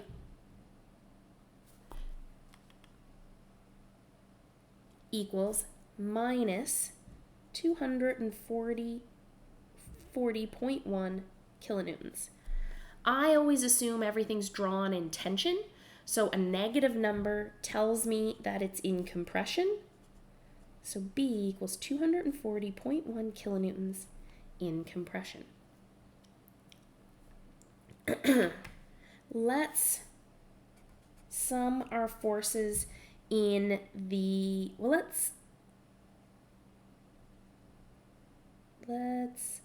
let's sum our moments about the z-axis, and I am going to pick node 0 here. So I'm going to put my thumbtack right here. So my 150 passes through it, my B passes through it, and K passes through it, just leaving me with H. Okay, everything spinning in that direction is positive. I'm picking node 0 to spin about. I'm putting a thumbtack right here. K doesn't spin it, B doesn't spin it, 150 doesn't spin it, but H does. H spins it in the negative direction, so minus H times 8 meters equals 0. It's the only thing trying to spin it. H equals 0. All right, so we've gotten B and we've got H. Let's solve for K. Let's sum the forces in the x direction, everything in that direction being positive. We've got H, which is 0. We've got Bx, so plus 0 plus Bx. Well, Bx is B cosine 38.66, and we've solved for B. B is minus 240.1 cos 38.66 plus K equals 0. We can rearrange this and solve for K. All right, we bring that over and it's positive 240.1 times the cos of 38.66, and we get that K equals 187.5 kilonewtons, positive. So that is in tension. I assumed everything was in tension, and a positive number tells me I was correct. All right, so we've got H, B, and K now. Look, we can actually go back and find A. We've already found B and K, so this one doesn't help us much, but with this equation up here, we can go back and find A. Let's plug our B in here. So A plus our B is minus 240.1 times the sine of 38.66 plus 150 equals 0. A equals, all right, we'll bring that over and it'll be positive minus 150. So 240.1 times the sine of 38.66 minus 150 equals 0. A is 0 as well. A equals 0 kilonewtons. Well, that's interesting. We've got a few now that are 0. So we've solved for A, and it's 0 kilonewtons. We've solved for B, and it is 240.1 kilonewtons in compression. We've solved for H, which is 0 kilonewtons. And we've solved for K, which is 187.5 kilonewtons in tension. Okay, we've got 4 things we've solved for. Let's pick another section to cut through. We are going to cut through I, D, and L now. Let's cut through I, D, and L. I, D, L. Cut. All right.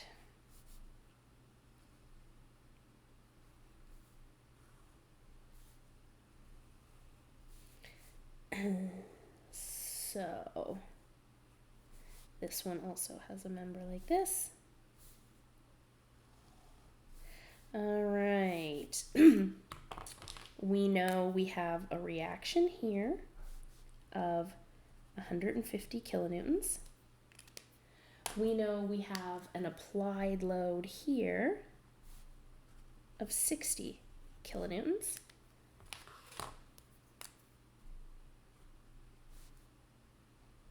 And we don't know what these internal forces are, so we're going to use placeholders. And I'm going to draw them all in tension. It is I, D, and L.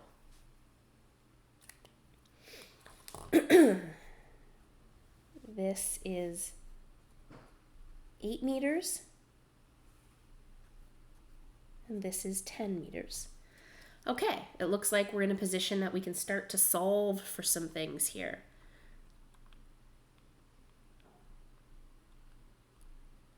I'm gonna just to make sure I don't screw up.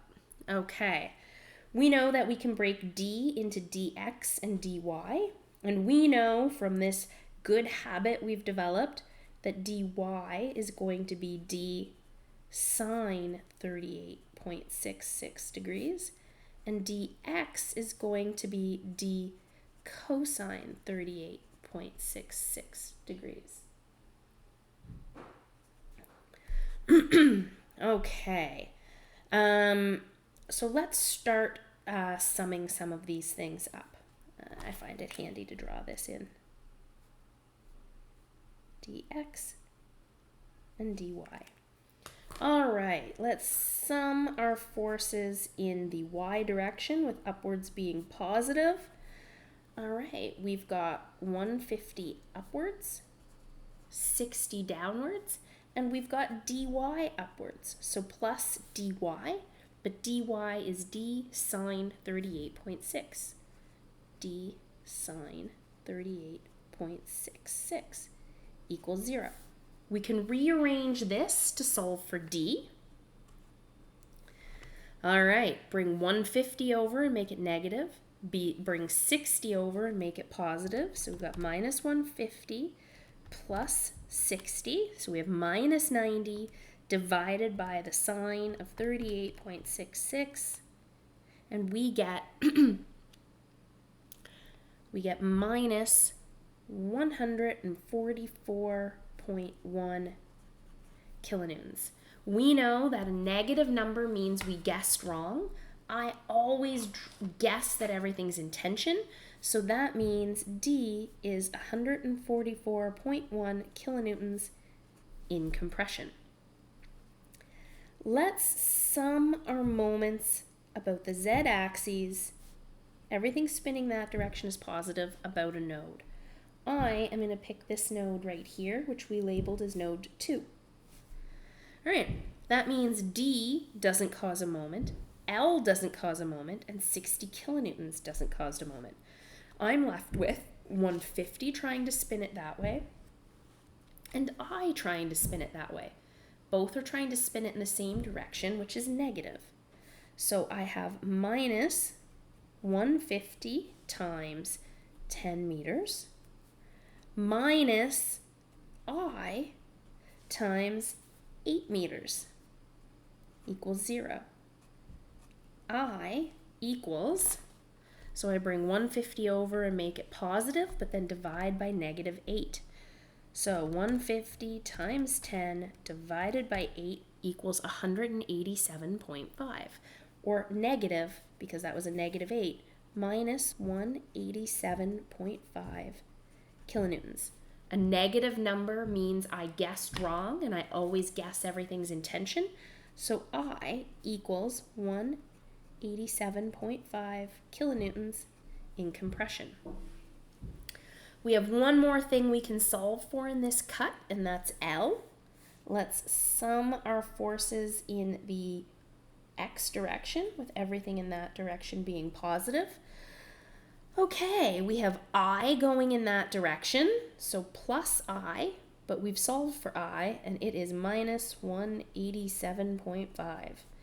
We have dx going in that direction, so dx is in the positive direction, but we've solved, and we know dx is d cos 38.66, and we've solved for d. It's minus 144.1. So minus 144.1 times the cos of 38.66. And we have L. So plus L equals 0. We can rearrange all of this and we can solve for L. All right, that comes over to this side and becomes positive, and that comes over to this side and becomes positive. So 187.5 plus 144.1 times the cos of 38.66. And we get L equals 300 kilonewtons. It's positive, which means we guessed correctly, and I always guess everything's in tension, so therefore L is 300 kilonewtons in tension. Let's fill out our load tracking here. So we solved for D. D was 144.1 kilonewtons in compression. We solved for I, which is 187.5 kilonewtons in compression. And we solved for L, which is 300 kilonewtons in tension. Okay, we've got 1, 2, 3, 4, 5, 6. 6 more things to solve for. Let's do a cut through J, F, and M. So let's do that cut right there. J, F, and M cut. All right, I'm going to draw this a little bit smaller just so I don't run out of page here. 2, 2,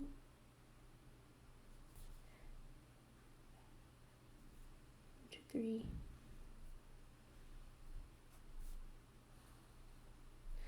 All right.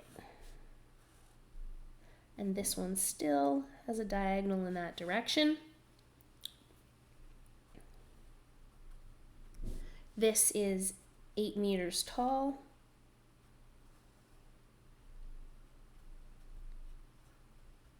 10 meters, and 10 meters.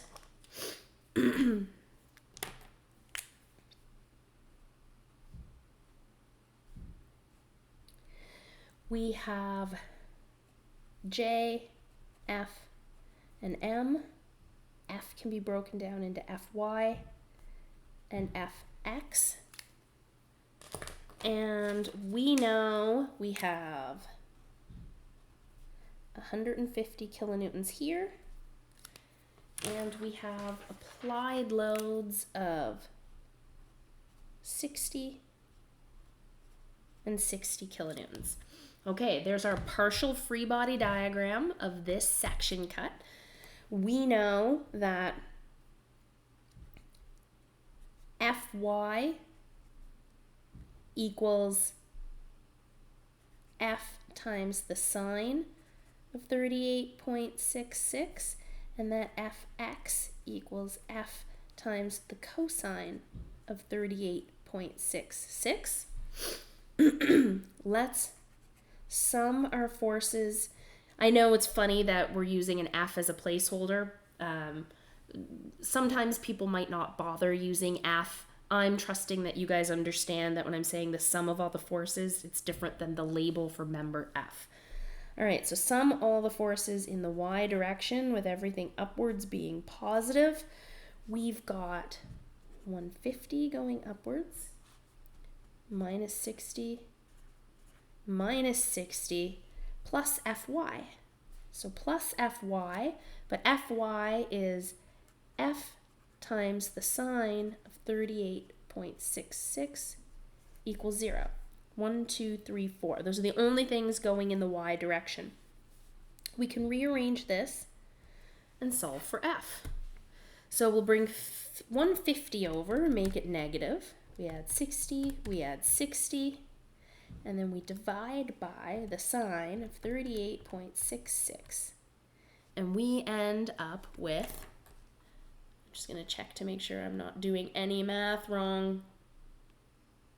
Perfect. And we end up with minus 48 kilonewtons. I always assume everything's in tension, and a negative means I assumed wrong, which means F equals 48 kilonewtons in compression. Okay, let's sum our moments about the z-axes.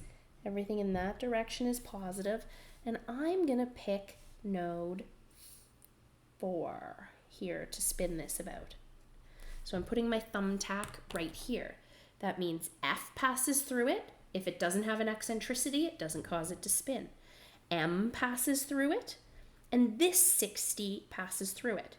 150 tries to spin it in that direction, which is negative. 60, this 60 tries to spin it in that direction, which is positive. And J tries to spin it in that direction, which is negative. So we've got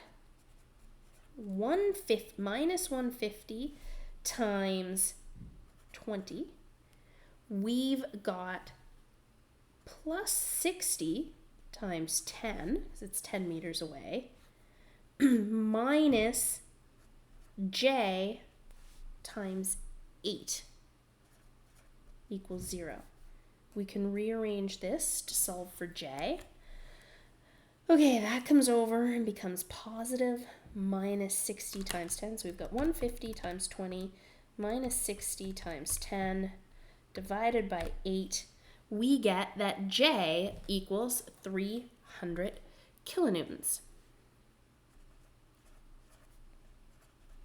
It's positive. A positive number. Oh, no, I'm dividing by minus 8, so it's a negative number. So I brought that over, it became positive. I brought that over, it was negative. I was left with a positive number. Divided by minus 8, I get minus 300 kilonewtons. I assume everything is in tension. A negative number tells me I was wrong. That means J is 300 kilonewtons in compression. Okay, we have one more equation we can use for this section cut. The sum of the forces in the x direction with everything going that way is positive, have to equal 0. All right, we've got J going in that direction, so positive J, but we've solved for J, and it's minus 300. We have Fx going in that direction, which is positive, and we know Fx is F cosine 38.6, and we've solved for F. It was minus 48 times the cosine of 38.66. And we have M going in the positive direction. So we can rearrange this and solve for M. All right, bring the 300 over there and bring that over there. We have 300 plus 48 times the cosine of 38.66, and we get 337.5 kilonewtons. We always assume everything is in tension, so if we get a positive number, we were correct. That number is in tension. Let's fill out our chart. Okay, we solved for F, and we got 48 kilonewtons of compression. All right, F, 48 kilonewtons of compression. We solved for J, which was 300 kilonewtons of compression. And we solved for M, which was 37.5 kilonewtons of tension.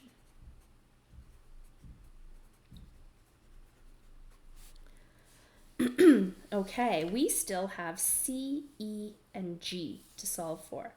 C, E, and G. All right, so I'm going to do a K, C, D, and L cut.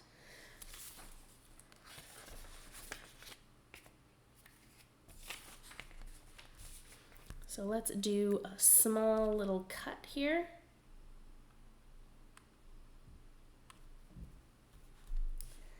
We'll cut through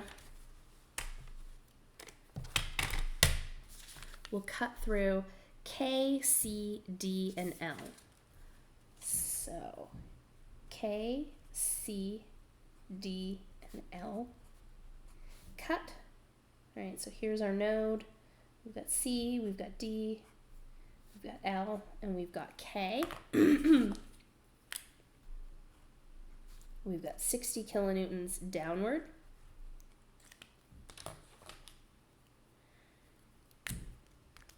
We've got K, which we solved for, is 187.5. We've got C, which is the thing we don't know. We've got L. Well, L we've solved for is 300 kilonewtons of tension. And we have D. D we solved for, and it's 144.1 kilonewtons of compression. I've drawn it in tension, which means I should say it's 1 minus 144.1 kilonewtons. So I've drawn my arrow positive, but the negative number tells me I've drawn it the wrong way. This is still an okay way to keep track of things here. We can break this up into dy and dx, and we know the breakdown of dy and dx. We know that dy is the sine of d times, or we know it's d times the sine of 38.66, and we know dx is d times the cosine of 38.66. So let's take a look. Oh, and then this is our unknown c right here. All right, we want to sum the forces in the y direction so that it's in static equilibrium, so everything equals 0. We want the sum of all of the forces in the y direction to be 0. Well, we've got c going upwards, we've got minus 60 kilonewtons downwards, and we've got dy going upwards, so positive dy. We know dy is d times the sine of 38.66, and we've solved for d. D is minus 144.1 kilonewtons, and then times the sine of 38.66. Those are the only three things moving in the y direction. So we can rearrange and solve for C. We bring that over to the other side and it becomes positive, and we bring that over to the other side and it becomes positive. We end up with 60 plus 144.1 times the sine of 38.66, and we get 150 kilonewtons. It's positive. A positive number means we guessed right, and I always guess everything's in tension. So C is in tension. C is 150 kilonewtons in tension. All right, let's do another cut. We still need E and G here. So let's cut through L, E, F, and M. So L, E, F, M, cut. It looks identical to this cut with just some different values. All right, we have 60 kilonewtons applied here.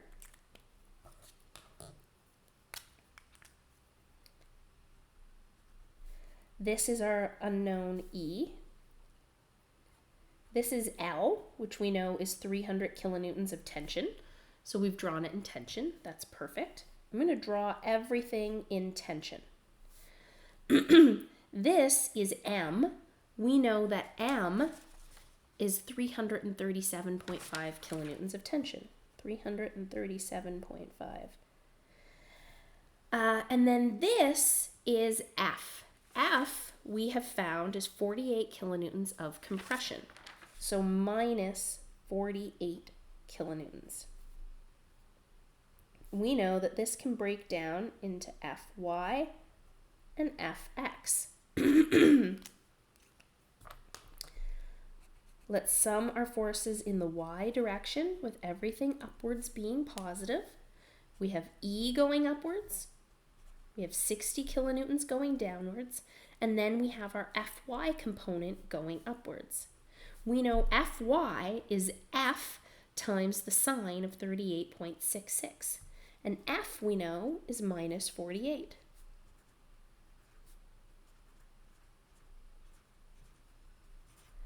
So we can rearrange this and solve for E.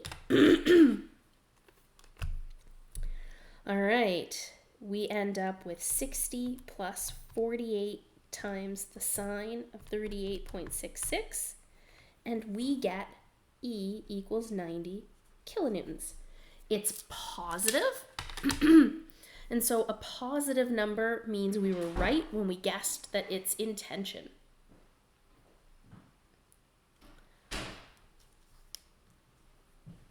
All right, we can fill this in, and so E is 90 kilonewtons in tension. All right, we have one more cut to make. We'll make the M, G, and M prime cut. Remember, this is a mirror of itself, so we're gonna make a cut through here, and this is M prime, so this is the mirror of this. All right.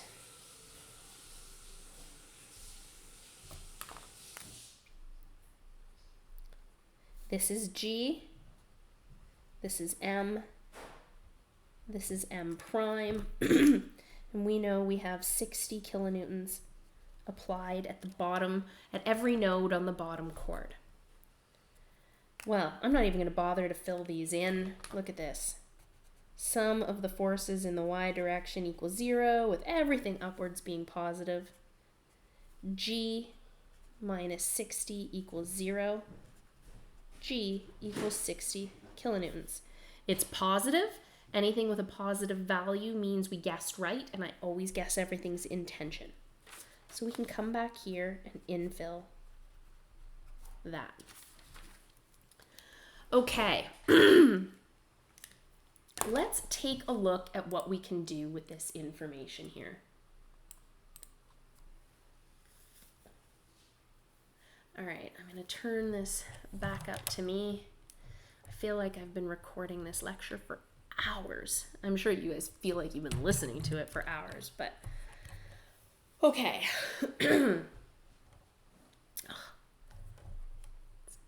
Okay. So here is, let me go back a slide here. Here is our truss where we fill in all of our values. Here are our reactions and here are our loads. And then these were all the internal forces that we solved for. This is the mirror image of it. Look at these two with 0 kilonewtons in them. It seems like for this particular truss, we don't even need those members. Let's just see what that looks like. Does this start to look familiar to you? Yeah, it looks like the typical train bridge you've probably seen, where we have a top chord and a bottom chord, and our struts like this, or our webs, all of our web elements, and the top chord is in compression and the bottom chord is in tension. And because we're loading it from the bottom chord, these corner pieces aren't really doing anything. That is just because we've been loading this system from the bottom chord. That doesn't always ring true. This is a particular use of a truss that's quite common, and so you're used to seeing this one, and it's one of the reasons I picked this particular truss to analyze for us. Okay, here it is all worked out in a slightly different order than what I did it in the video, specifically so that you have more than one way to go about it. Okay, we're gonna do one more quick example. This one's going to be very, very, very fast. Okay, look at this problem though. We've got a braced frame. So this is in a wall. We've got a lateral load resisting system causing 250 kilonewtons of load pushing at the top of this system. Everything okay in there? Everything okay in there, Dave? Yeah, it's good. Okay. We have a pin-pin reaction. All of our beams were a pin roller, meaning we only really had 3 unknowns, but 3 equations. Are you bleeding? Yeah, I skinned my knuckle. But we will now have 4 unknowns. We will have an Rx and an Rx. That seems a little bit problematic for us, but let's see what shakes out from that information, because it seems a little funny here. Like, it doesn't seem like there's anywhere for that Rx value to go. So let's just see what we can do with this here. Okay, let's take that frame and label it. We'll do the same thing we have been, A, B, C, and D, and maybe we go around and label this as 0, 1, 2, 3. I can't remember what way I label it. So I'm gonna make me bigger. Point this down to the paper for you guys. All right, and let's go through solving this particular truss. Now, it's a braced frame, but a braced frame is just a type of truss, really. Okay.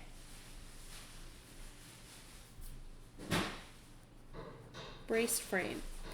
All right, our braced frame is 5 meters tall by 8 meters long.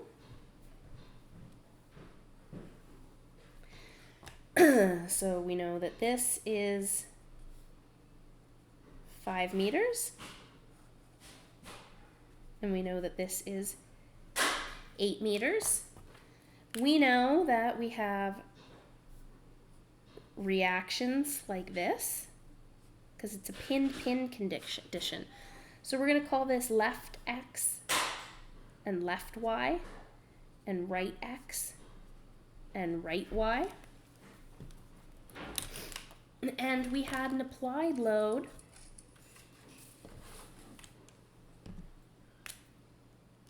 we're going to apply a load here of 250 kilonewtons. So the very first thing we have to do is solve for our reactions.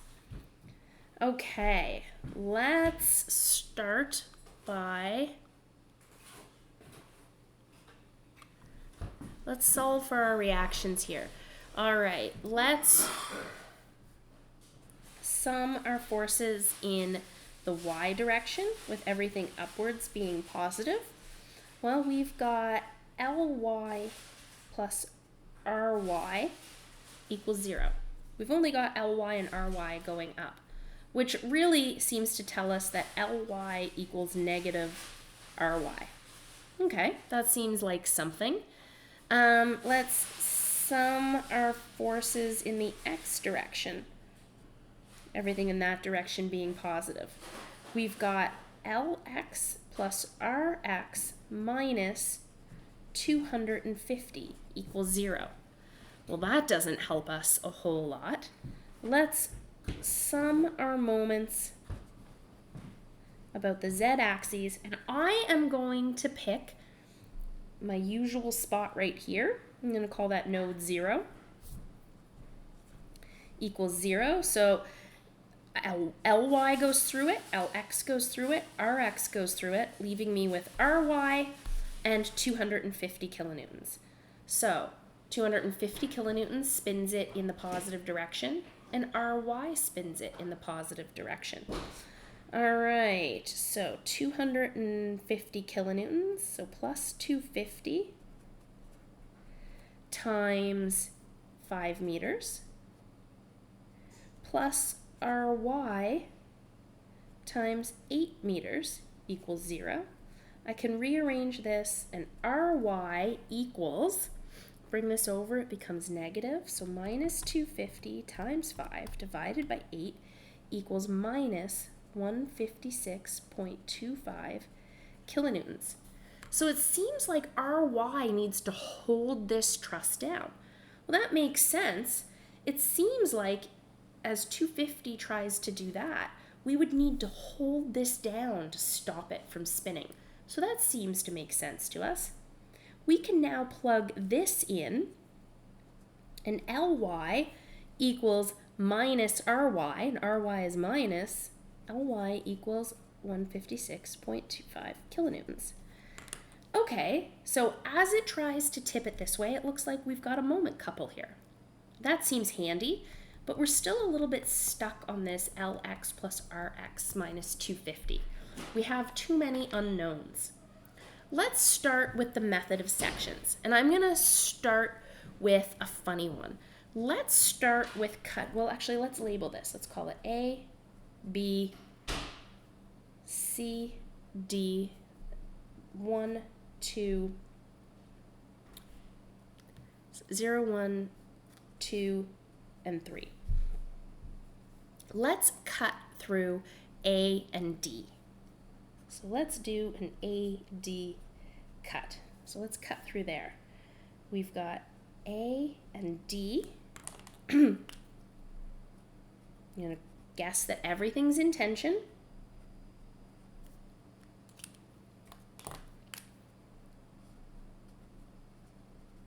And we know that there's 250 kilonewtons of load applied there. All right, let's sum the forces in the y direction. D equals 0. D is the only one in the y direction. Let's sum the forces in the x direction. We've got minus A minus 250 equals 0. Let's rearrange this. A equals minus 250 kilonewtons. If it is a negative number, it means I guessed wrong, and I guessed that it was in tension. So that means A equals 250 kilonewtons in compression. Okay, we've got another member that we've solved for. Let's make a cut through B and D. Let's cut right here. So B, D, cut. All right, so a BD cut, we've got that member and that member. We've got a reaction here. This is Ry. We solved for Ry. Ry we know is minus 156.25 kilonewtons. And this is our Rx that we are really kind of stumped on right now. This one's really got us a little bit baffled. D was 0, and we have an unknown B right here. Okay, well, it looks like the only thing going in the up and down direction is our reaction and our by component, which means we should be able to solve for b, which then means we can find bx, which would balance out our x. Let's try that. Let's go through the math here. Okay, let's sum the forces in the y direction with everything upwards being positive. Well, we've got 0. We've got going upwards, an upwards arrow, but it's minus 156.25. And we've got by going upwards. So by, we know, is really b times the sine of, we didn't figure out our angle. Let's come back here. Let's figure out what this angle is. I always like to reference it from the x-axis. So let's figure out what this angle is.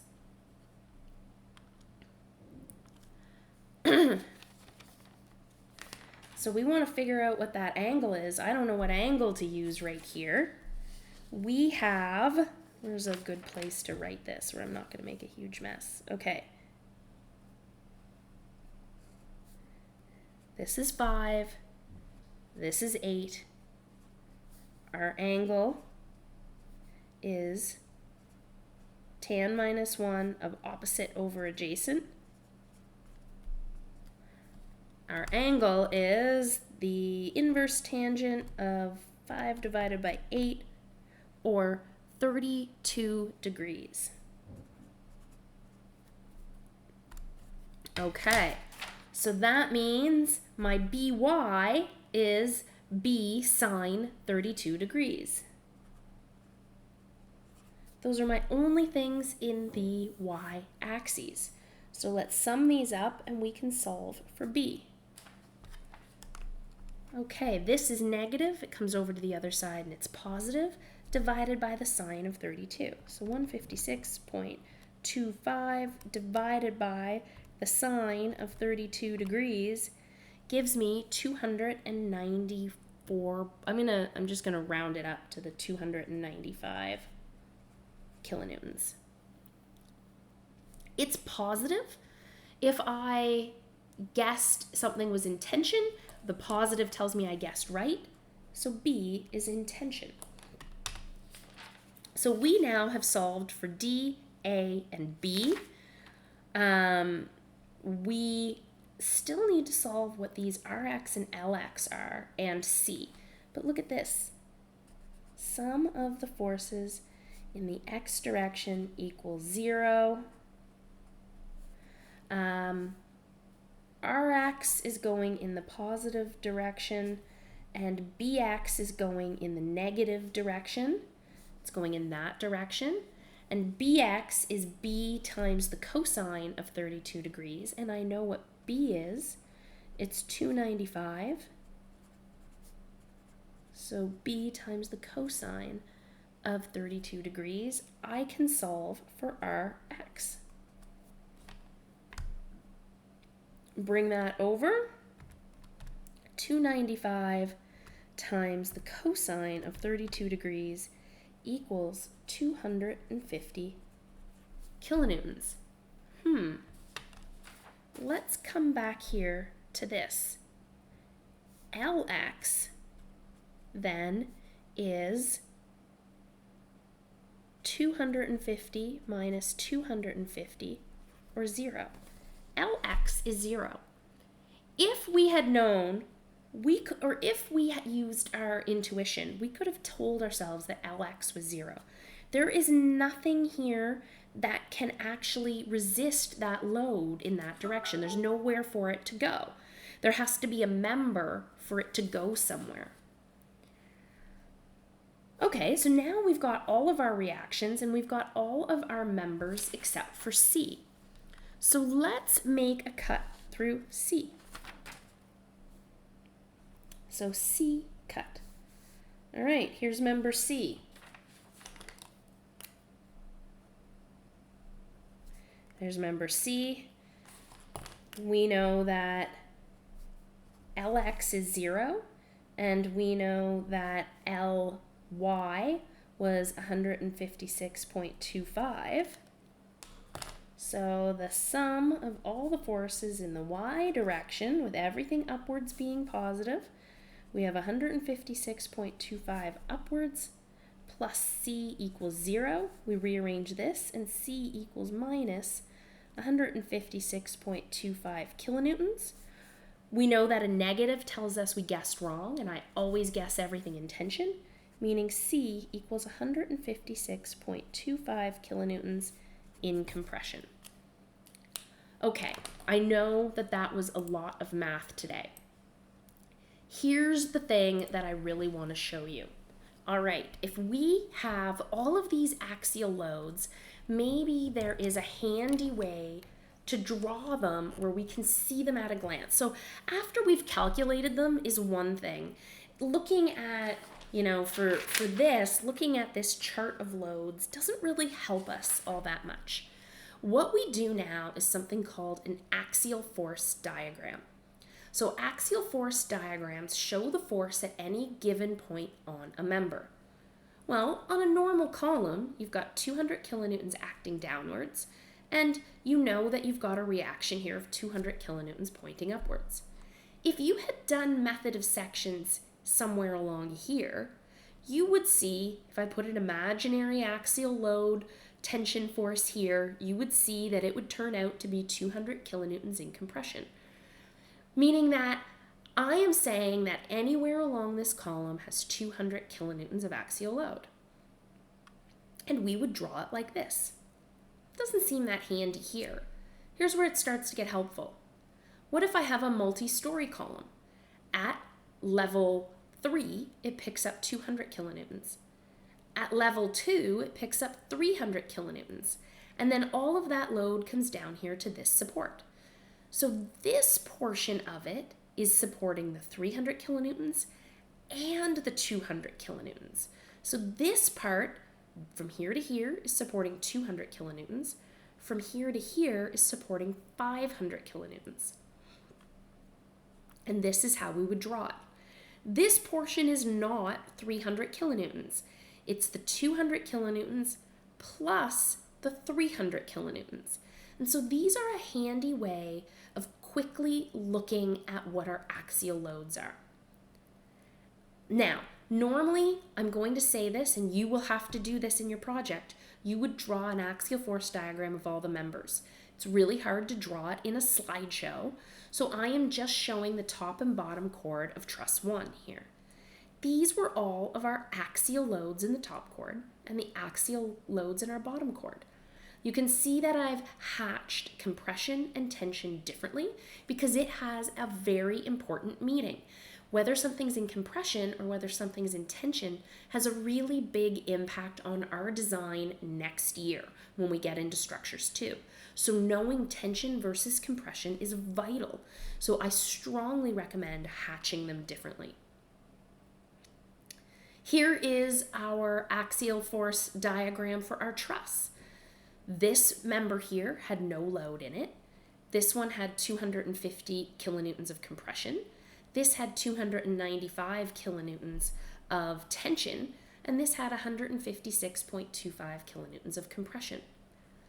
It looks like we don't need this member, but this was one loading condition. Imagine if we put a downward load here, or what if we turned the force around? You can see that analyzing something for one particular condition might not give you all the answers. And here was that big truss that we did that had the kind of mirror image of it. So here's the top chord in compression and the bottom chord in tension. Okay. You should know free body diagram symbols, and you should really understand a pin roller condition. You need to know how to solve for the reactions. You need to know how to do method of sections. If the whole is in equilibrium, then the part is in equilibrium. You should know how to use method of sections for truss analysis. You should get a general idea that most of the time top chords are in compression and bottom chords are in tension. But here's the trick. If we reverse the loads, that's going to change. You can also have reactions at the top and the bottom if something was cantilevered. So you're gonna have a few in the assignment where you have to think about them. You should know how to draw axial force diagrams, and you should draw the axial force diagrams for columns, trusses, and braced frames. This is the longest and the hardest assignment. I apologize. I know it comes near the end of the term, but this term is a sequential learning experience. We can't make the hardest assignment earlier. This one really is the culmination. And when we do accreditation, this is the assignment that they ask me to show them. Usually if there's an engineer on the accreditation panel, they get me to go find this assignment explicitly. So please do it well. We need to know that you guys are nailing this one. I want you to know it's long and hard, so plan your time accordingly. You guys definitely work together, talk to each other. Don't leave it until Wednesday next week to complete this because you're going to need a little bit of time. I can't remember exactly how I set it up. I think I made some of it participation, or basically I want you to try it, and I will be giving you all the worked out solutions. If you are finding this lesson hard, it is probably the one that you could find the most worked out examples on the internet of. I am not allowed to give you textbook information without having paid for the rights to use those textbooks.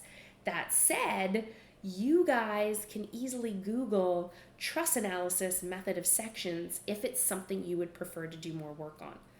I can also say though that you are going to do a truss on the exam, but it is in no way going to be this hard. It is going to be a truss with 4 members on it. So I need you to do this. I need you to look at it. I need you to understand it so that when you get to the exam, it will be very, very, very easy for you. Okay? Good luck, everyone. And next week, we'll talk about method of sections when it comes to a beam and what that means for us.